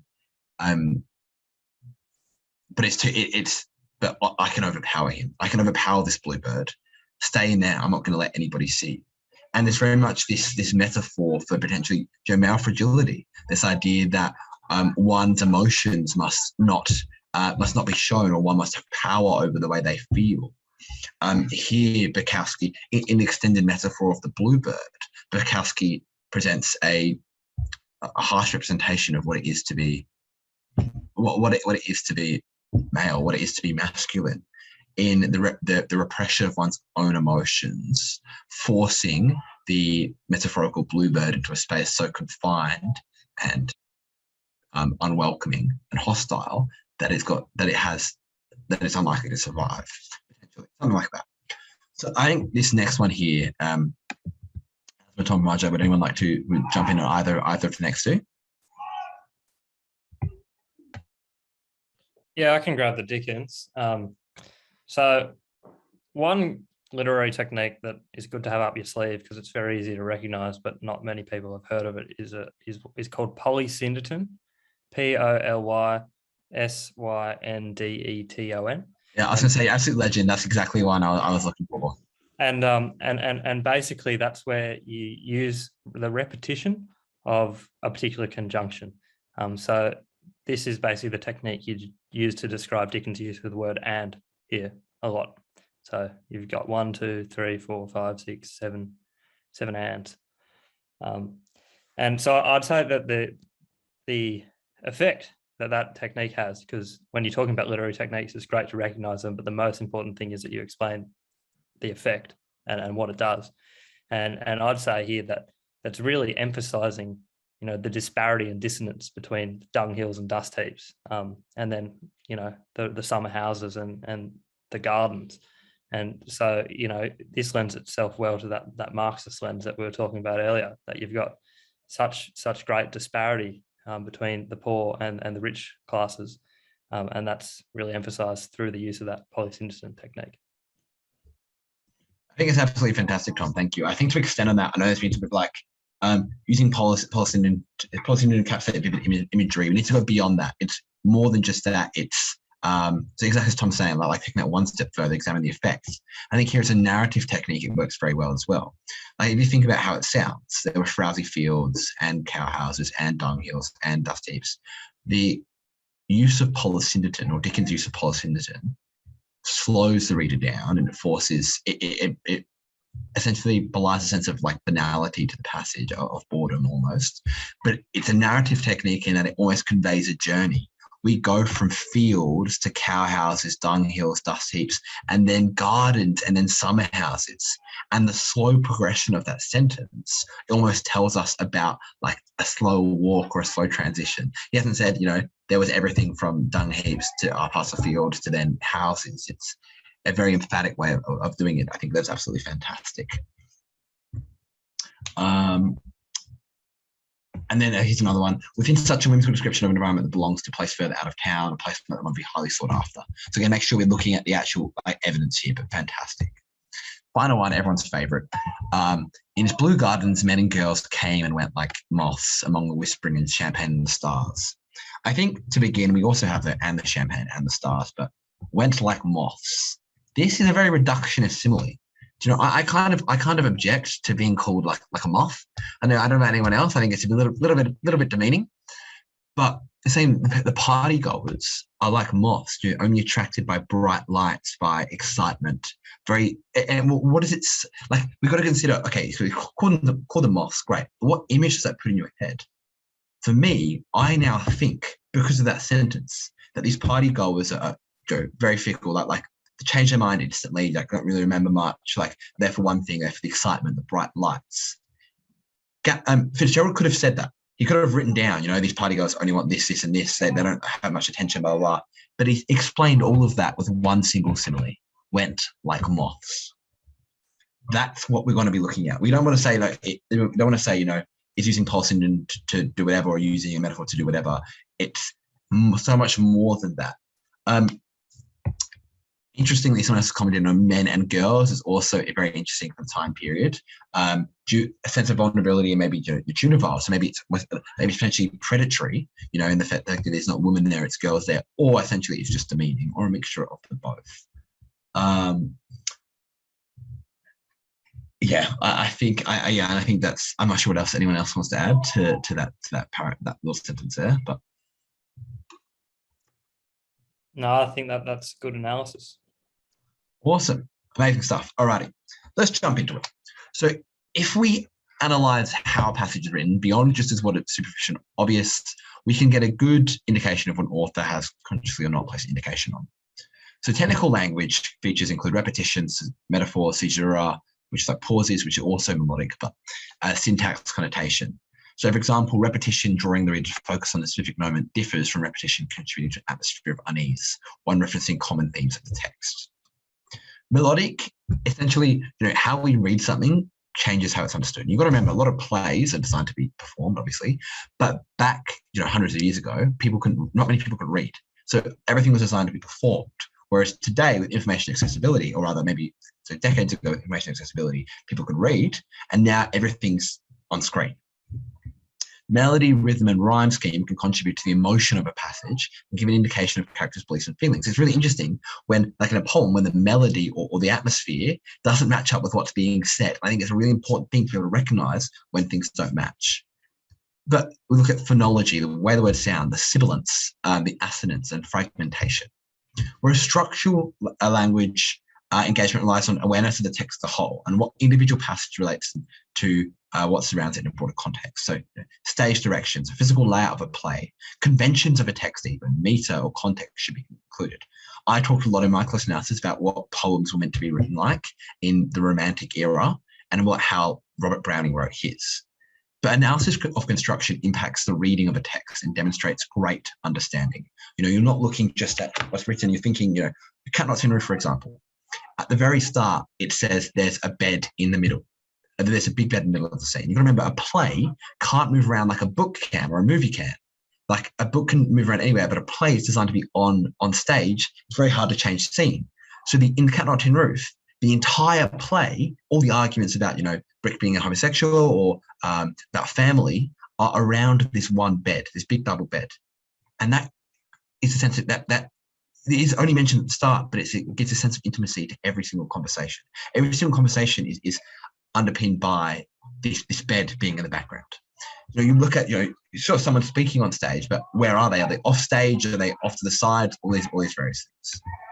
So this is an excerpt from one of my SACs. So where I've looked at various different things. So technical, melodic, and structure.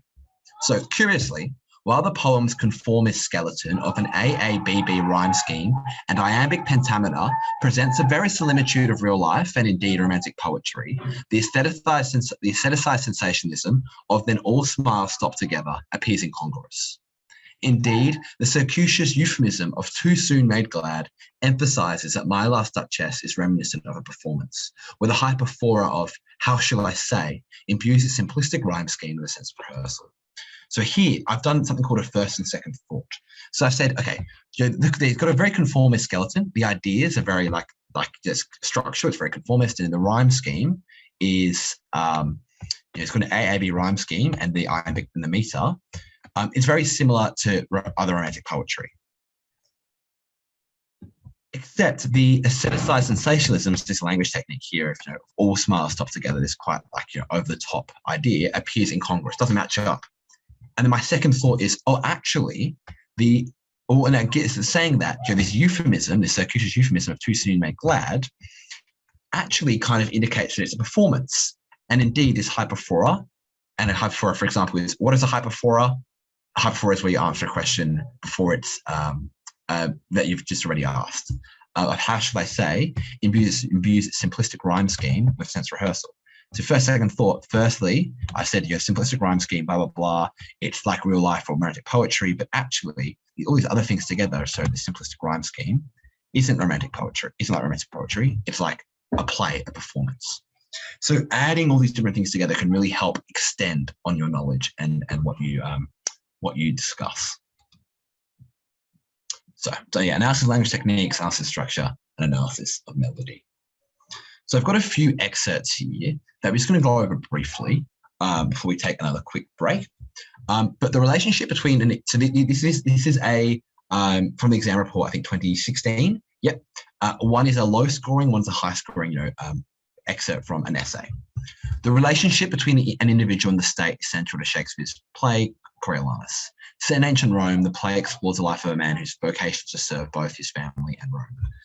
So, okay, tell us what the play's about. I don't care what the play is about unless what the play is about relates to a language technique. Do not tell your examiner what a play is. Don't give them a recap. Jump straight into the analysis. So here, with another intro, when Volumnia bows as if Olympus to a molehill, the utter demise of Coriolanus is accentuated by the unnatural creation of a fragmented and distorted familial bond. The eyes of Virgilia and the cracked heart of an otherwise jocular Menenius convey the essence of despair, an imbalance of the Roman body politic, which Coriolanus has engineered. As such, it is Coriolanus' heart of Coriolanus' internal conflict, caught between his single honour and the contempt for the malignant plebeians, which forges the tragedy of his demise. So here, with evidence, they've said, it's accentuated by his demise, accentuated by the fragmentation, distorted familial bond.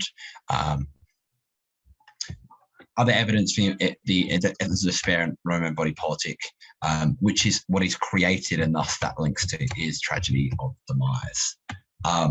So you can see here that using evidence to link and discuss is so much more effective and scores you much more highly. Likewise, here's another one. The first passage denotes Antony's affection towards Cleopatra. Antony states that there is a beggary in love that can be reckoned, which indicates the audience that the degree of Antony's infatuation with Cleopatra is dominating him. The romance is frequently mentioned throughout the play. And reinforces a feminist view, which can be doubly observed in the play. So this isn't actually a feminist essay. This is a close analysis. They've just meant this is perspectives brought in.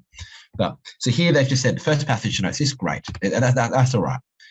Given a bit of explanation, hasn't shown how. It hasn't given us evidence where, which indicate they said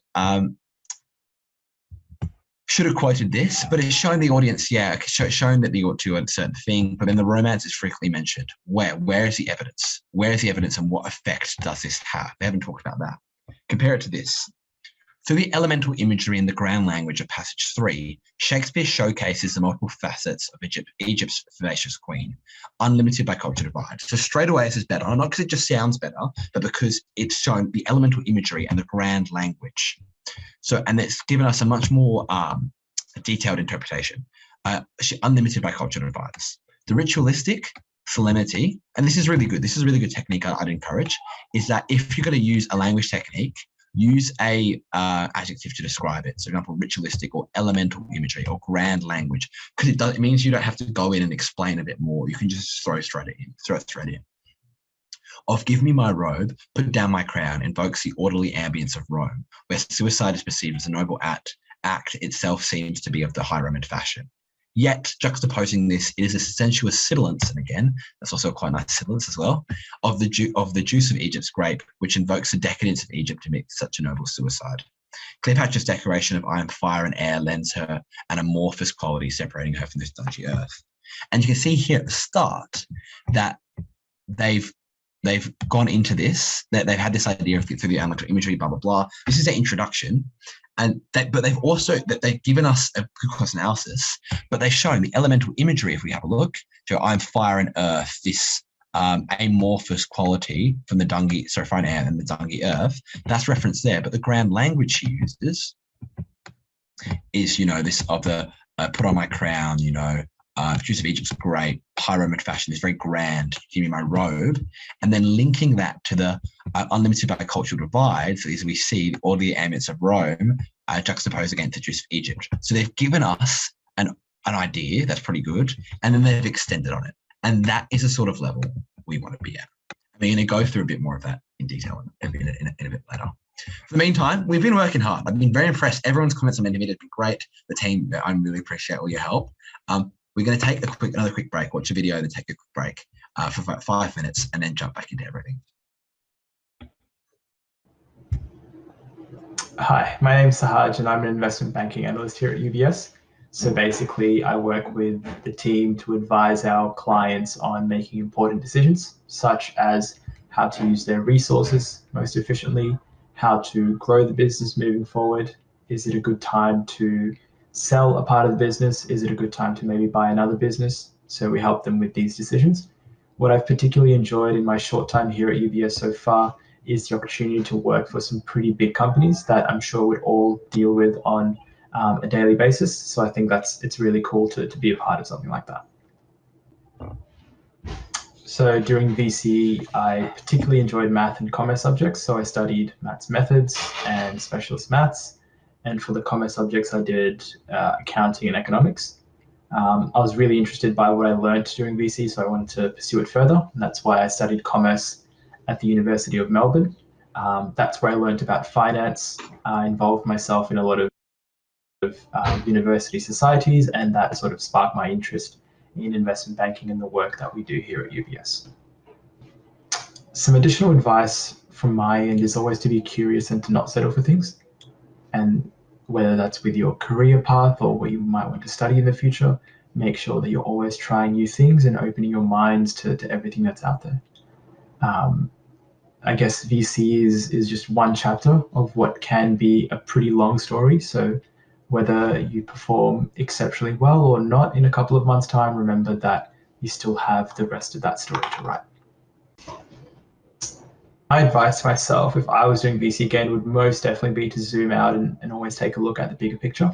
You've probably heard something like this before, but high school's a very unique experience, I think. It's definitely one of the last opportunities for you to spend almost every day with a majority of your friends all around you. Make sure not to get so consumed by a VC that you forget about what's otherwise a really special year in your lives. Don't forget about your passions, your development as a person. So trust that you've put in all the hard work for your VC exams, give it your best shot, but look forward to the life ahead and everything else that's exciting in your lives. Amazing. Alrighty. So we're going to take a brief, I think 5-minute break. Sorry to skip through. Go have a stretch. Like, you've been working hard, have a stretch. And I'm going to grab a glass of water, grab a breath of fresh air, come back, and we're going to absolutely smash out the last bit of today's content. Thanks so much, legends. Feel free to pop any questions into the Q&A, but we're not going to answer those yet. I'm going to encourage you to please make sure to take 5 minutes for yourself. Alrighty, I'll put some music on. Alrighty, absolutely fantastic. Let's jump into things, but before we do, we've got another quick video from Leah to go over.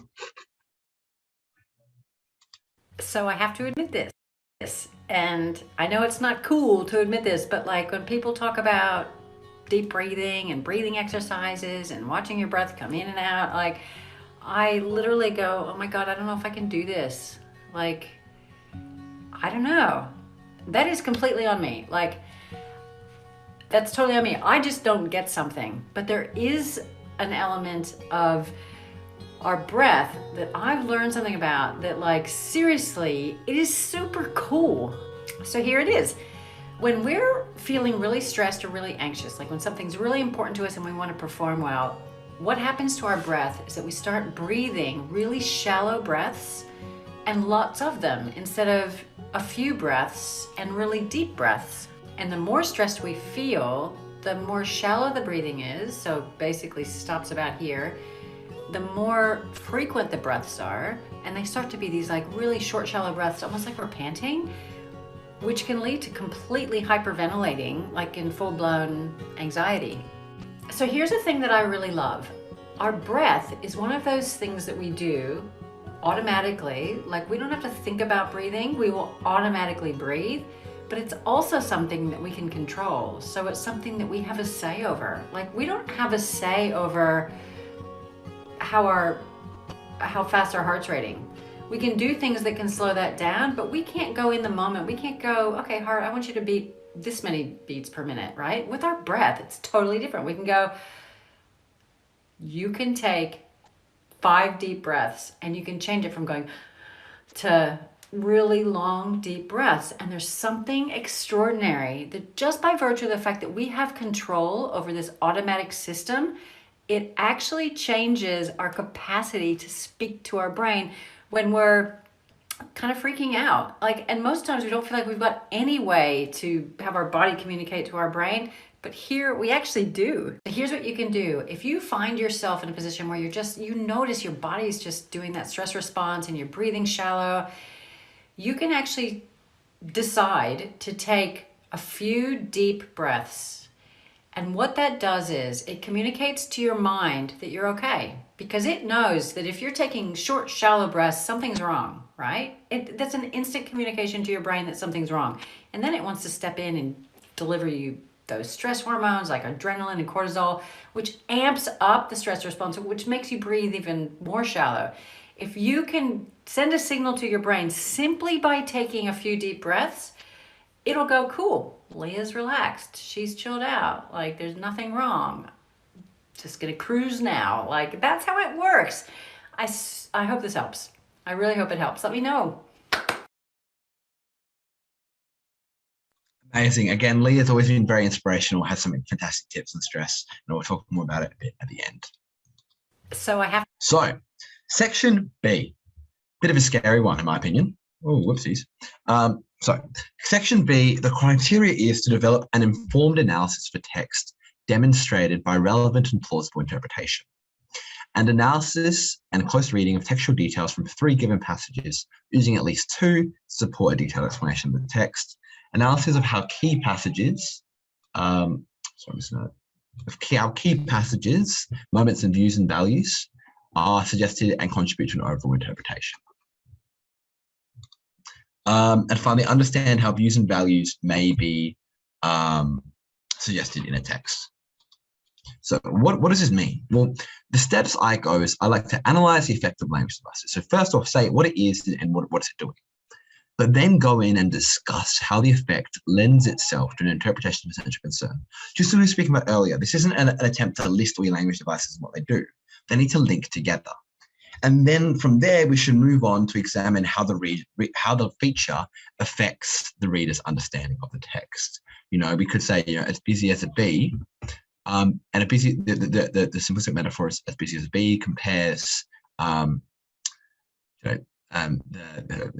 turbulence and the hardworking nature is representative of the hardworking nature of a character's life.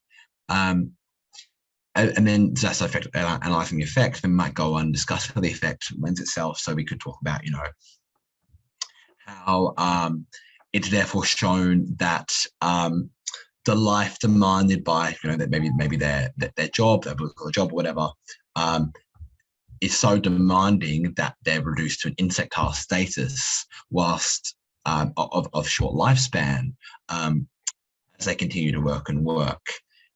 And then how that feature affects the reader's understanding, therefore illustrating to the reader, or therefore illustrating our author's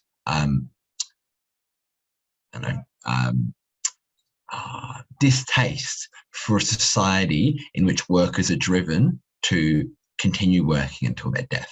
For example, you can get all of that for something like as busy as a bee again, but we want to go beyond just, okay, what the analysis, what the effect does, but talk about how that lends to a central concern of what you're talking about, and what does the reader think about it. And a quote from the exam report is this: The highest scoring essays were highly eloquent and were able to draw thoughtful and subtle connections between observations about the text emphasis made.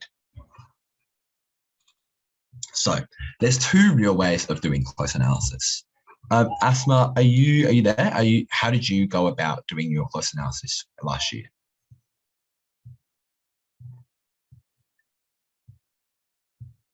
Oh, I'm not sure if you're still there, that's fine.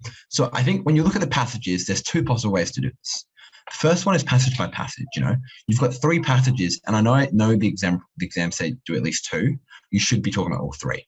Now, don't do analyze all 3 and then just do mediocre analyses of all 3. You should be aiming for excellent. But if you're going to do if you got enough time, do in close of 2, very detailed of 2, and then talk about the third one, throw it in a little. But here you go passage by passage, which will often follow the chronological timeline of the passages, the character development in each passage. Each paragraph talks about a passage. Great, you cover everything in detail, fantastic. The issue is then you risk of writing 3 individual analyses, like 3 individual essays put together, as compared to 1 actual essay. Whereas theme by theme, if you identify shared themes between various different parts of the passages you're given the 3 passages, then it can be easier to forget to include stuff, but it's much easier to form a complete interpretation and have an actual concise and proper essay. So I would always, there's a question here. I would always start off with an intro. Now, I'm not saying an introduction like this is what I'm going to do, spell it out. We want to jump straight. You should be jumping straight into your analysis. You're being assessed and you get marked on your analysis of language. So let's jump right in. So your intro should merely be just your first paragraph. That's what it should be. And then we should immediately start with analysis, but give us maybe a little bit of a shallow overview and of the overall interpretation you want to build to. I sort of view close analysis as a bit like stepping stones. Like I want to get to the other side of the river where my interpretation is, but I need to put stones in the river to cross it to begin with, and feeding the reader of your essay a little bit each time before you reach an entire thing. And again, we can structure passage by passage or theme by theme. But personally, I did poetry, and I began my first paragraph by comparing 2 poems, discussed one in depth, and used a comparison or lack thereof of the third to transition into that. So, for example, whilst the soft phonology of place, pace, and face reiterates a simplicity inherent in romantic idolizations of love, the liberating blank verse of Fra Lippo Lippi foregoes an ordered asceticism in search for a sense of freedom that lies in the recognition of imperfection. So I've talked about 2 poems here, immediately compared 2 poems. So I've said the soft phonology of this reiterates simplicity inherent. So I've said what the idea effect actually does. But then I've compared it to the blank verse of the next poem, which is obviously there's no rhyme scheme, and it forgoes this ordered asceticism of romantic idolizations in search for a sense of freedom. So I've compared these 2 things and contrasted them. Indeed, as Robert Browning lists his prose with ellipses and hyphens, the caesurae he creates, so that the pauses he creates, emphasize a difficulty in articulating impressionistic concepts of soul as the prior attempts to transfix Lippi's work into something more perfect. So here I've continued to clarify onto what I mean, the idea of subjectivity and objectivity and freedom in recognition of imperfection. And here now I'm finally going into what the reader is being shown. Here, Browning excoriates the imposition of one's own subjective truth onto reality as the ephemeral metaphor. So this is the idea, and then I'm linking another language technique as more evidence. As the ephemeral metaphors of fire, smoke illustrate the ridiculousness of enforcing such incorporeal concepts over the empirical nature of faces, arms, legs, and bodies. So I've compared 2 things. This is my main point. It's a blank verse.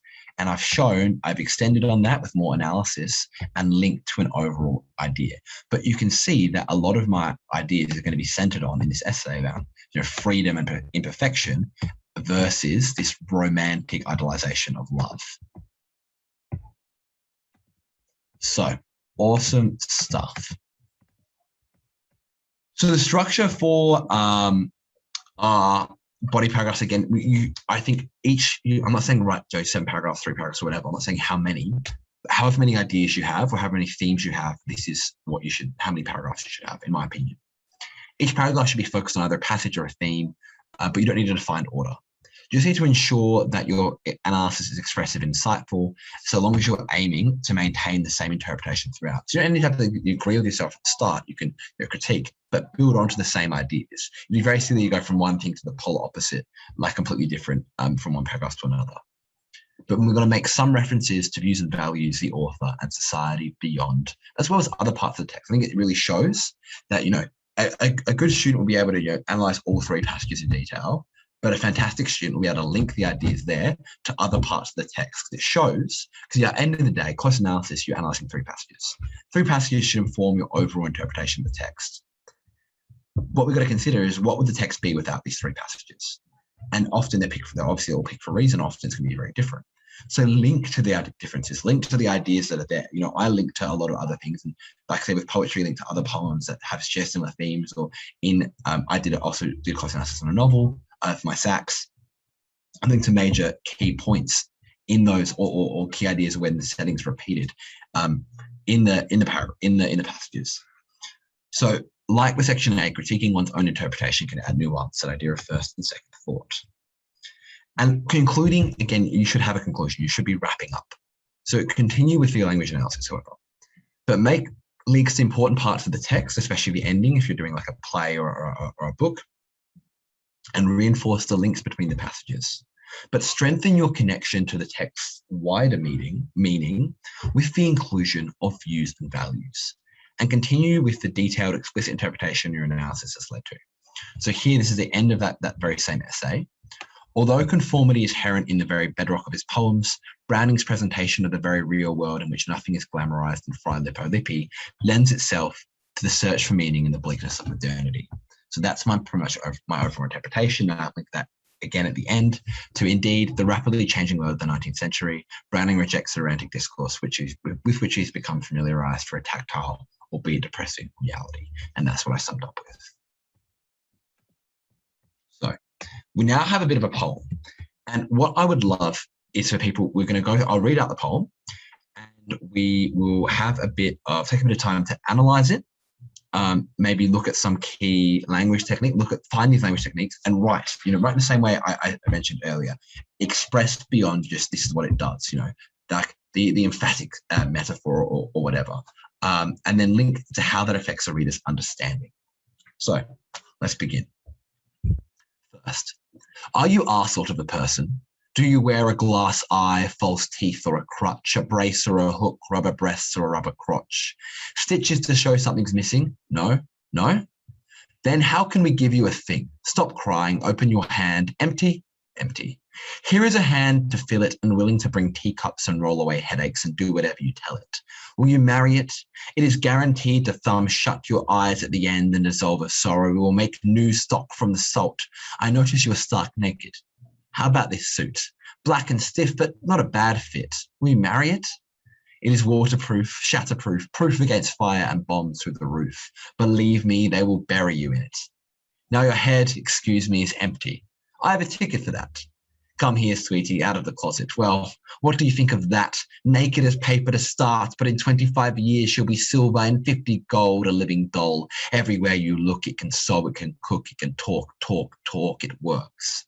There is nothing wrong with it.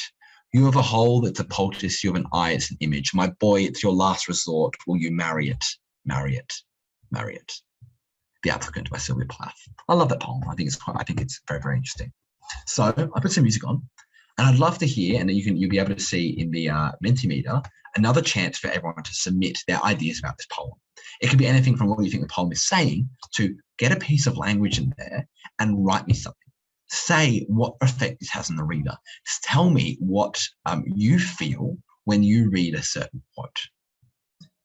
How are we feeling? Can I get maybe everyone send like an emoji into the chat? If we want to go, or yeah.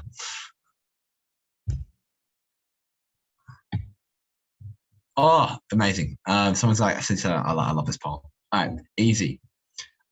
So go beyond just saying, they're referring to something or they're doing something, give me a sentence, you know, like maybe the reference to the woman in the poem as it, and explain what that does. Don't just mention it. As if you're going to write an essay about this, explain it to me. And but yeah, go for it. So essentially, go through, find a bit of analysis. So here, like, do you wear a glass eye, false teeth, or a crutch, a brace, or a hook? Tell me, what do you think this means? And give me a bit of an explanation. So for example, what does the repetition of talk do? What do they mean by that? The repetition of proof, like when you hear it, what does it make it sound like? What sort of statement does this, are you our sort of person? What sort of stuff does this do?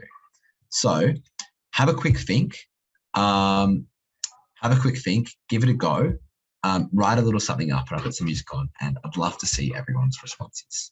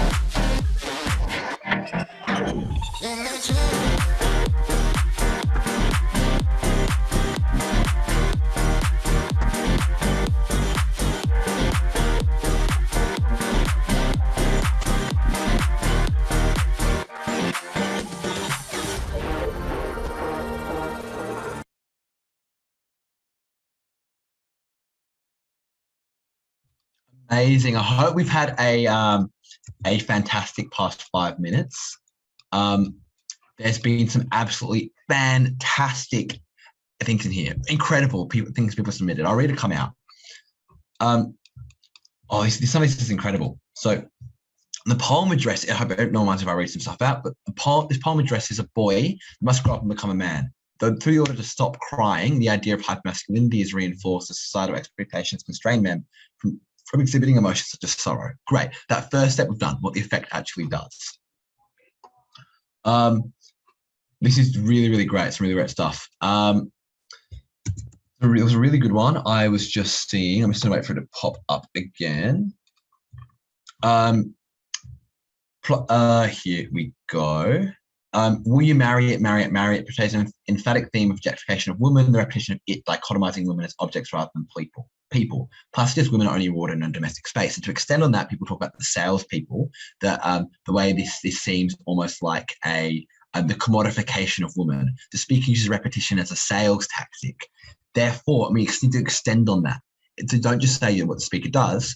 Therefore, Plath is critiquing the way in which women appear and femininity appears to be sold as a product in modern society.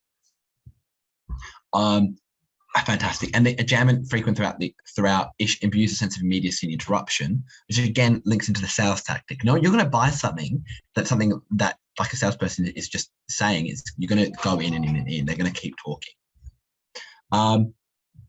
Awesome stuff. Okay. So I'm going to go through a bit of analyze this poem. So when we analyze a poem, we want to tear it apart. You know, when you've got a couple of passages, key passages in your text, the key passages in your play, and the key poems in your anthology, analyze them, tear them apart. So if you get them on the exam, you don't need to go through and highlight them all. You know straight away what you want to look at.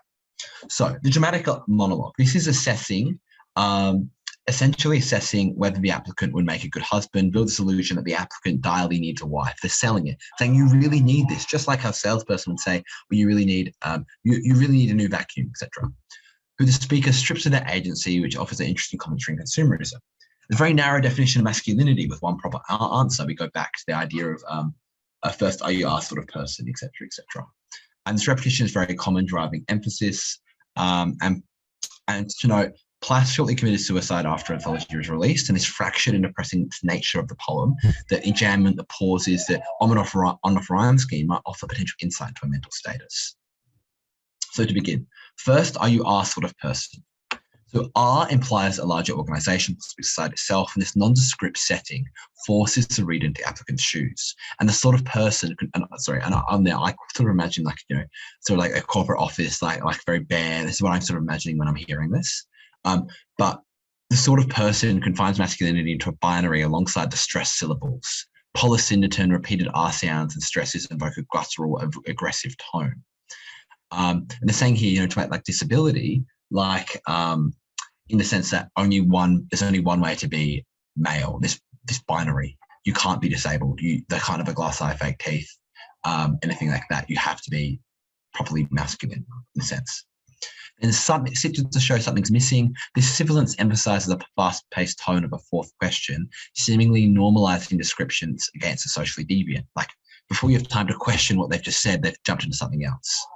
And then open your hand, empty, empty. The hyperforeign repetition furthers a sense of quick conversation, which foreshadows the entry of the woman's hand. And the lack of enjambment symbolizes the sense, stop crying, symbolizes a sense of finality. You know, the fact they haven't done that, it's like, this is imperative.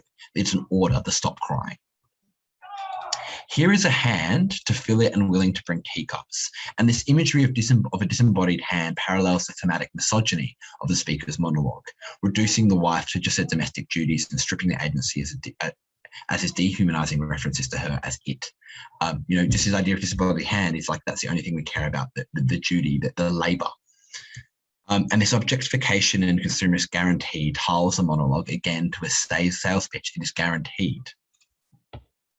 And this vivid imagery to dissolve of sorrow presents a poetic tapestry that suggests the woman's codependency with the we. So with reference to the fact that this references to the opinions of wider society, we. The sold to new stock furthers a connection to women being sold, where this deeply impersonal illusion of salt of the earth indicates that this is how women are generally regarded. However, our second thought here, our critiquing what we just said, salt also provides a pithy euphemism for tears, suggesting that women are unwilling to be slaves to society. And more than that, suggesting they shouldn't be. It's something tearful. We don't like slavery. Black and stiff, but not a bad fit, will you marry it? This defined rhyming scheme now imbues a sense of familiarity, in my opinion, but its simplicity suggests the speaker hasn't really tried to do so without much effort. Has tried to do so without much effort. Like the proof and the it. It's not hard to rhyme those words, and they just rhyme proof with roof and then proof with itself again. Which shows that like they're almost trying to add to sales pitch, but they almost can't be bothered. Like it's not worth their time. And the absolute lack of an answer from the eponymous applicant, so the applicant in the title, parallels the protector role society forces upon men until they die. Now your head, excuse me, is empty. Come here, sweetie, out of the closet. What do you think of that? Naked's paper to start. This reductionist simile of naked's paper, that alongside a lack of description other than that, illustrates the speaker's belief that women are nothing more than what he makes of them, hidden away in the closet until needed for bargain or sale. That the applicant's head is empty alludes to previous stanzas, and the feigned politeness seemingly resembles how we idolize corporations through the bare minimum as they frame evil consumer actions under the guise of being good. So that's particularly class critique here, that we can't like let people get away with stuff just because they do the bare minimum. And then yet again, women are stripped of their agency as the wife is framed as an investment. 25 years she'll be silver, and then if you wait longer, she'll be worth gold. Where the repetition of talk, and the shorter lines and near rhymes contribute to another quickening of pace. So here we're looking at the actual structure and the way it sounds. She'll be silver and 50 gold and living dull, like this rolling sound and this immediacy of the rhyme fastens and quickens a pace, again, like the closing of a deal. Where the repetition of talk simultaneously alludes to the climax of the sales pitch and silences any of the applicant's objections. The crescendo of the poem's thematic misogyny arises at the dehumanizing, sexually euphemistic comparison to a living doll, where Plath strips the woman of her agency just as she feels like society stripped her of her own. And then finally, the frequency of the impersonal pronoun it dramatically increases, as if the speaker is desperate to close the sale, to rid woman of her femininity. Likewise, this desperation is mirrored in the emphatic pleas to applicant to close the deal. The repetitive misogynistic knocks of the final line are like a hammer, nailing the coffin of femininity closed for the matrimonial market. Pretty full on. So here's a bit of analysis of some of Plath's work, and so some of the stuff is from this poem and some from others, but he's from the 2018 examination report. So Plath's evocation of societal expectations frames a contemplation of entrapment. Through the repetition of the words rubber, rubber, and empty, empty, reinforce the evocation of waterproof, shatterproof proof that echoes bombs in the following line of the applicant. Plath conveys a notion of entrapment, whereby the repetition of the language forms an unbreakable barrier that cannot be penetrated. This is further emphasized in the final striking final line, the repetition of will you marry it, marry it, marry it, the line of it portraying a central theme of the identification of woman. So here we've looked at this repetition, let me change my color, looked at this repetition and where this notion of entrapment. So we've compared the notion of entrapment, and then we've gone on to talk about the more central concern of the objectification of woman. Then we talk about what the reader sees. Plath's evasion of the confines of the convention, naming the exclusion of a question mark, transforms a phrase into a statement, whereby the bridal figure is trapped without question, and therefore that links to our overall what the reader thinks the bridal figure is trapped. Plath depicts the living doll was naked as paper to start, betraying the recurring notion of self-depreciation, which echoes throughout the poetry, whereby the speaker views herself as a shadow of thin and tenuous cut paper, reflecting the effacement of her self-identity. So again, clarifying all of these ideas that we've just raised. So this is the second paragraph in the actual essay. The first establishes the contention of the dichotomy of society and existence. But a consistent quotation is always linked to an effect. There's never a quotation without an effect. So repetition, and that's reinforced by evocation and echoes, notion of entrapment. Everything in there is linked to a feature. And it makes reference to the form of the poem and poetic conventions, as well as reference to other parts of plus poetry. But the use of quotation and further intention is beyond just an analysis. So, for example, they go on to talk about the living doll naked as paper, and then shadow cut paper. Like anytime they've used a quote, it's either related to the effects, or it's related to, or it's been used to continue on with evidence. But essentially makes explicit references to which poem they're discussing and the links to the wider themes shared by all three poems. So they've said that they're in the applicant, but they're using themes that appear in all three of the poems that were given. Now, then this next part is still an examination report, and this is the final paragraph. However, the world then turns clear as water, indicating the transparency of the suffering in the world. Illustrated through the red shred intensification of pink to red, epitomizing the very duality in class poetry, in which suffering and creativity are inextricably intertwined. The bloodshed is poetry, implicating pain as a catalyst for meaning. Thus, Plath evokes that amongst this dark crime, there will always be a possibility for blessings, constituting the essence of her poetry. And finally, Plath's poetry offers a courageous truth that elucidates the plight of those attempting to understand the ambivalence of the human experience. Through illuminating the contemplation of identities in the confines of convention, Plath ultimately creates a raw depiction of experience, encapsulating and employing the mechanism of literature to depict the transiency of humanity amongst the timeless capacity of the elements. So here you can see in that first poem, they've built to the idea of the confines of convention, what people are used to. And likewise, we can see here, this idea of suffering, but pain. I think you could draw from that previous poem that pain, and the reason why Plath's able to write and be creative is because she feels so wronged by society. And that is what they're trying to get at here. They've gone on to a much greater message. And it concludes with overall contention discussing the themes of the poetry, which is still language analysis without quotation. So still language analysis because they're discussing the themes.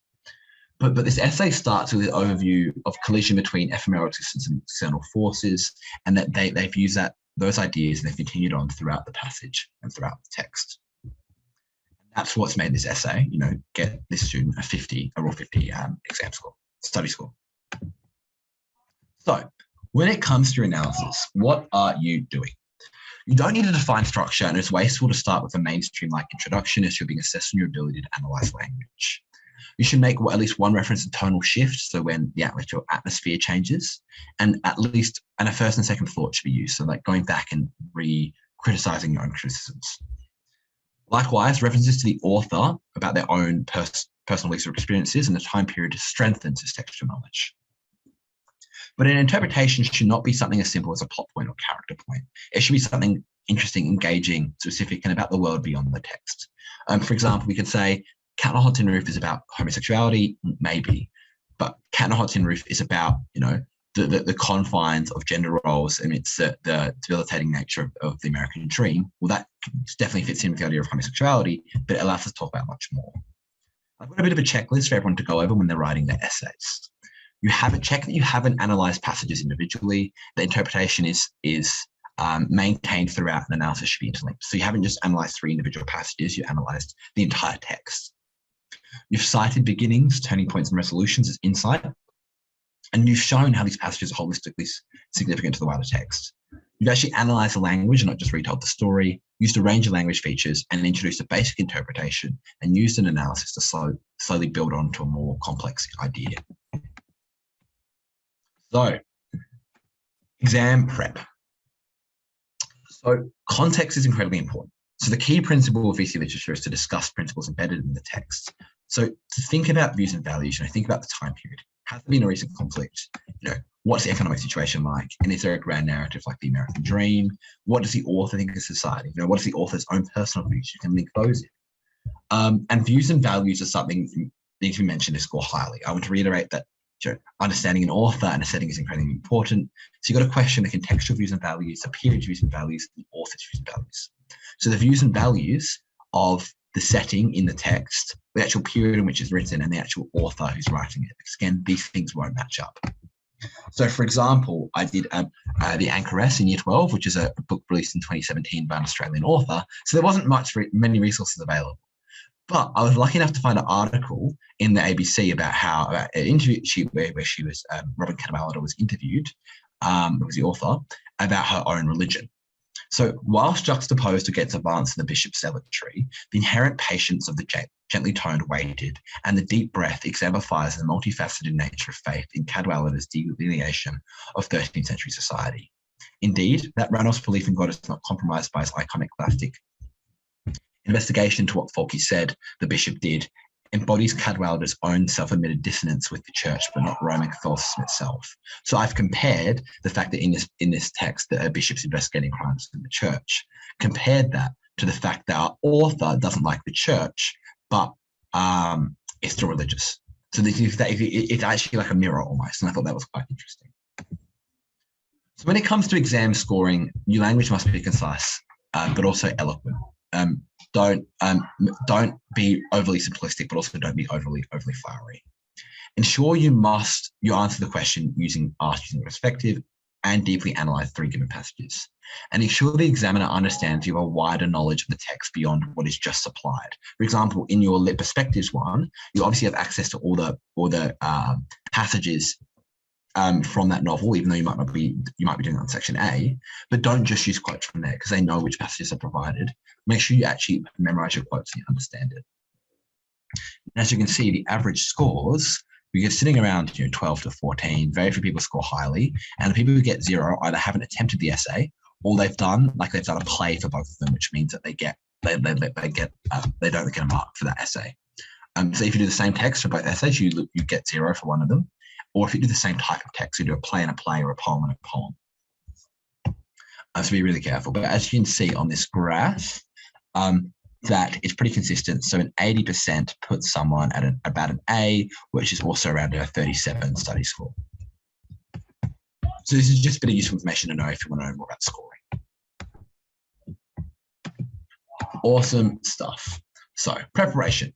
Reread issue of proposed text. Do thorough research into the context and the author's history, and practice with different perspectives. Read your scholarly articles, as Tom was saying earlier, and read articles about your text and familiarize more. Annotate your text. Go through, write on it. I know it's sacrilegious almost writing on books, but it's so helpful when it comes to actual analysis. Section A. I think Marge actually references earlier having like an essay plan. This is what I did. I had all of these words, vocab, these key ideas I wanted to include. This is what I spent my time on. So memorize your key details, your important quotes, your events, and compile evidence and events under themes of the interview perspective. So, for example, a feminist perspective might look for loss of agency, the hegemonic male, female characters, roots to mothers, etc. And make sure you've memorized quotes. Section B, oh, there's my image. I annotated thoroughly and color-coded, all of my different parts. So thematically categorize poems. Which poems talk about which theme, and categorize them. But also try and memorize your key moments in the text, such as crises, major changes, character development, because you should be referencing those in your essay. And I would always try to develop generalized interpretations of my text so I could really expand on it. So, for example, I'd always talk about, for Browning, I'd always talk about art or imperfection, and then I could go on more and more. But I'd recommend practicing like you're in the exam. So when it comes to planning, spend reading time reading your passages and spend at least 5 minutes of the reading time in exams, so 10 minutes total, to construct a brief plan. And you can practice planning, as again, as Margie was saying, without writing an exam. It's a critically important skill.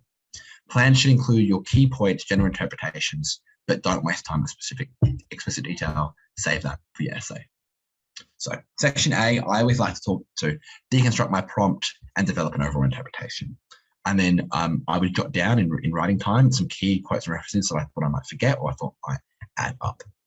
But section B, I wouldn't recommend highlighting. I recommend highlighting passages, but don't waste time annotating unless you haven't seen the passage before. You should be all over your book. You should know what the language techniques are. You should know all this. But look at your 3 passages. Look at the similarities, look at the differences, especially in tone, theme, technique, and message, which you can use to kickstart your analysis. And my understanding is that there should be an essay of my own, a full essay that I've provided that come along with the slides, so you're able to read and see how I did that. But spend time thinking about how the 3 passages contribute to the meaning of the text individually or together. Now, we're going to do a bit of a Q&A, but first, we've got a survey link for today. I would love for everyone, if someone doesn't mind sending the survey link out to the chat, if that's possible. But I'd love for everyone to fill in the survey, put a bit of music on in the background, and it'll be really great to hear what your thoughts are. Tell me how we've gone. Tell me everything. Tell me, what you want to see. You will have access to both the recording and the slides. Slides are up now, I believe, and the recording, it will be available 48 hours after the presentation.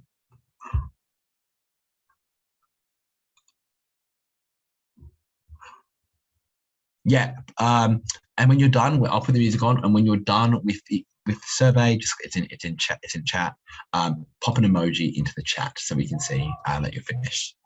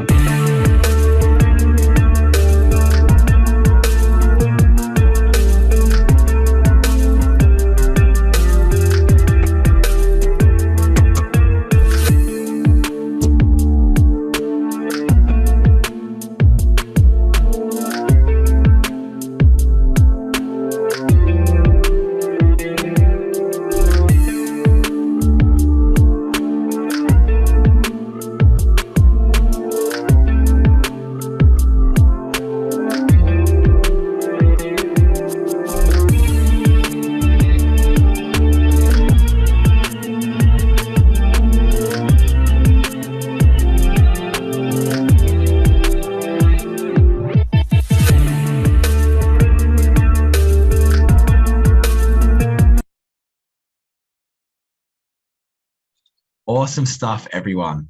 Yeah, absolutely fantastic. Okay, so one thing we're going to do, hop onto the Mentimeter. Let me know how you're feeling. Where are we? Ooh, sorry, give me 1 sec just to get to the right page on the Menti. Tell me how you're feeling. How are you feeling confidence-wise? You know, want to see where we're at. Try to quantify it for me. Do you reckon going in now, how are you going to feel? Oh, getting some good results as we start. I hope you've enjoyed today. We've had a proper chance to ask questions. I want to thank Asma, Tom, Hamaja, Sally, and everyone else at the Skyline and UBS teams in particular today. We can do a bit of a Q&A at the end, but thank you very much, everyone, for your participation. It's been great to see and practice a few skills. So, looking fantastic right now. I've got a 7.8, so next massive improvement. So hopefully you've learnt those skills, you know, to engage with language and structure your essays properly. Fantastic. So I've got a couple of practice ones for people who are doing various essays for you to do in your own time. But I just want to note that Skyline Hatch, we also provide weekly tutoring classes, VCE masterclasses, and VCE mindset programs, such as Stress Hack. And Skyline Hatch is led by a group of recent high-achieving graduates with a unique combination of skills. And we also have the Exam Hack workshop and How to Panic When Working Under Pressure with Leah that you're able to book. Thank you very much. Now, before we finish up, I will share the Q&A if anyone wants to ask a few questions, but make sure you do that survey just so we know how we're going. I'm going to grab up the Q&A. Just give me 1 second. Here we go. Just find a few minutes. Awesome. So should we be flexible switching text section A and section B on the exam or just work with whatever? I think work with whatever, but you don't really have enough time to be able to do close analysis and lit perspectives incredibly well of just two different texts. I think it'd be very, very hard. I think you practice one for one thing and another for another. It's very rare that you should know all the passages in the book. You should know your text, right? And you should know the topic should be applicable for everyone. So you should be fine, in my opinion. Oh, fantastic question. On an anthology of poems and stories by different authors, how should we make connections between passages? Shared themes, shared ideas of, you know, for example, I can't remember the poetry anthology, or short story anthology, no, poetry anthology, but about like colonization and the Western influence in the East. Authorial intent, you're not necessarily nailing the authorial intent if you compare the authorial intent of the two authors. You can say that they both critique this part of, you know, industrialism, but then this other part, they have different opinions. I think it's important to say, you know, use each of those poems or those stories to come up with an overall interpretation of what the entire anthology says, because the poems are selected, or the stories are selected to be a part of that anthology for a reason. So use them as a stepping stone to consider why the entire anthology exists. You can. But you quote literary theorists, but don't, like, if you quote literary theorists, you're not doing your own work, if that makes sense. You're just providing someone else's work. And sure, that's great, but that's not showing the examiner that you know anything. It's not going to add any points to your exam. It's just going to, it's much better to think about the idea and work it in your own speed. Also, anyone can feel free to jump in when it comes to questions at the moment. Yeah, I was just going to say on that paraphrasing is best. Obviously, you should read and understand the literary theorists, but just put it in your own words. Don't have to actually mention their names, and definitely don't put it in quotations.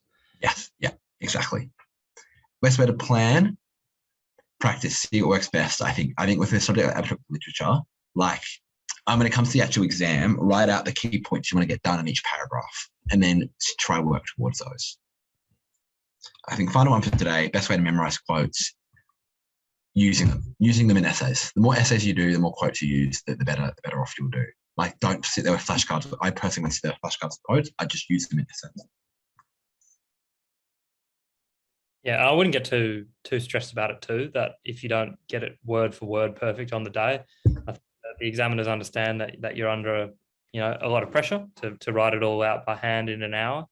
And so, you know, if you do misquote something, it's not the end of the world. So do your best to have a good armory of quotes going into the exam. But if on the day you do slip up, I don't think it really matters too much.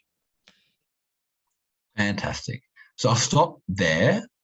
I'm just going to share my screen again. Sorry. Here we go. All right. Thank you very much, everyone, for coming today, and especially thank you to UBS and all the incredible volunteers and ASMA for your assistance today. Thank you. If anyone has any immediate questions, feel free to stick around. But it's been great to see everyone. Great to have everyone's input, and make sure you fill out that feedback form when you can. Thank you very much.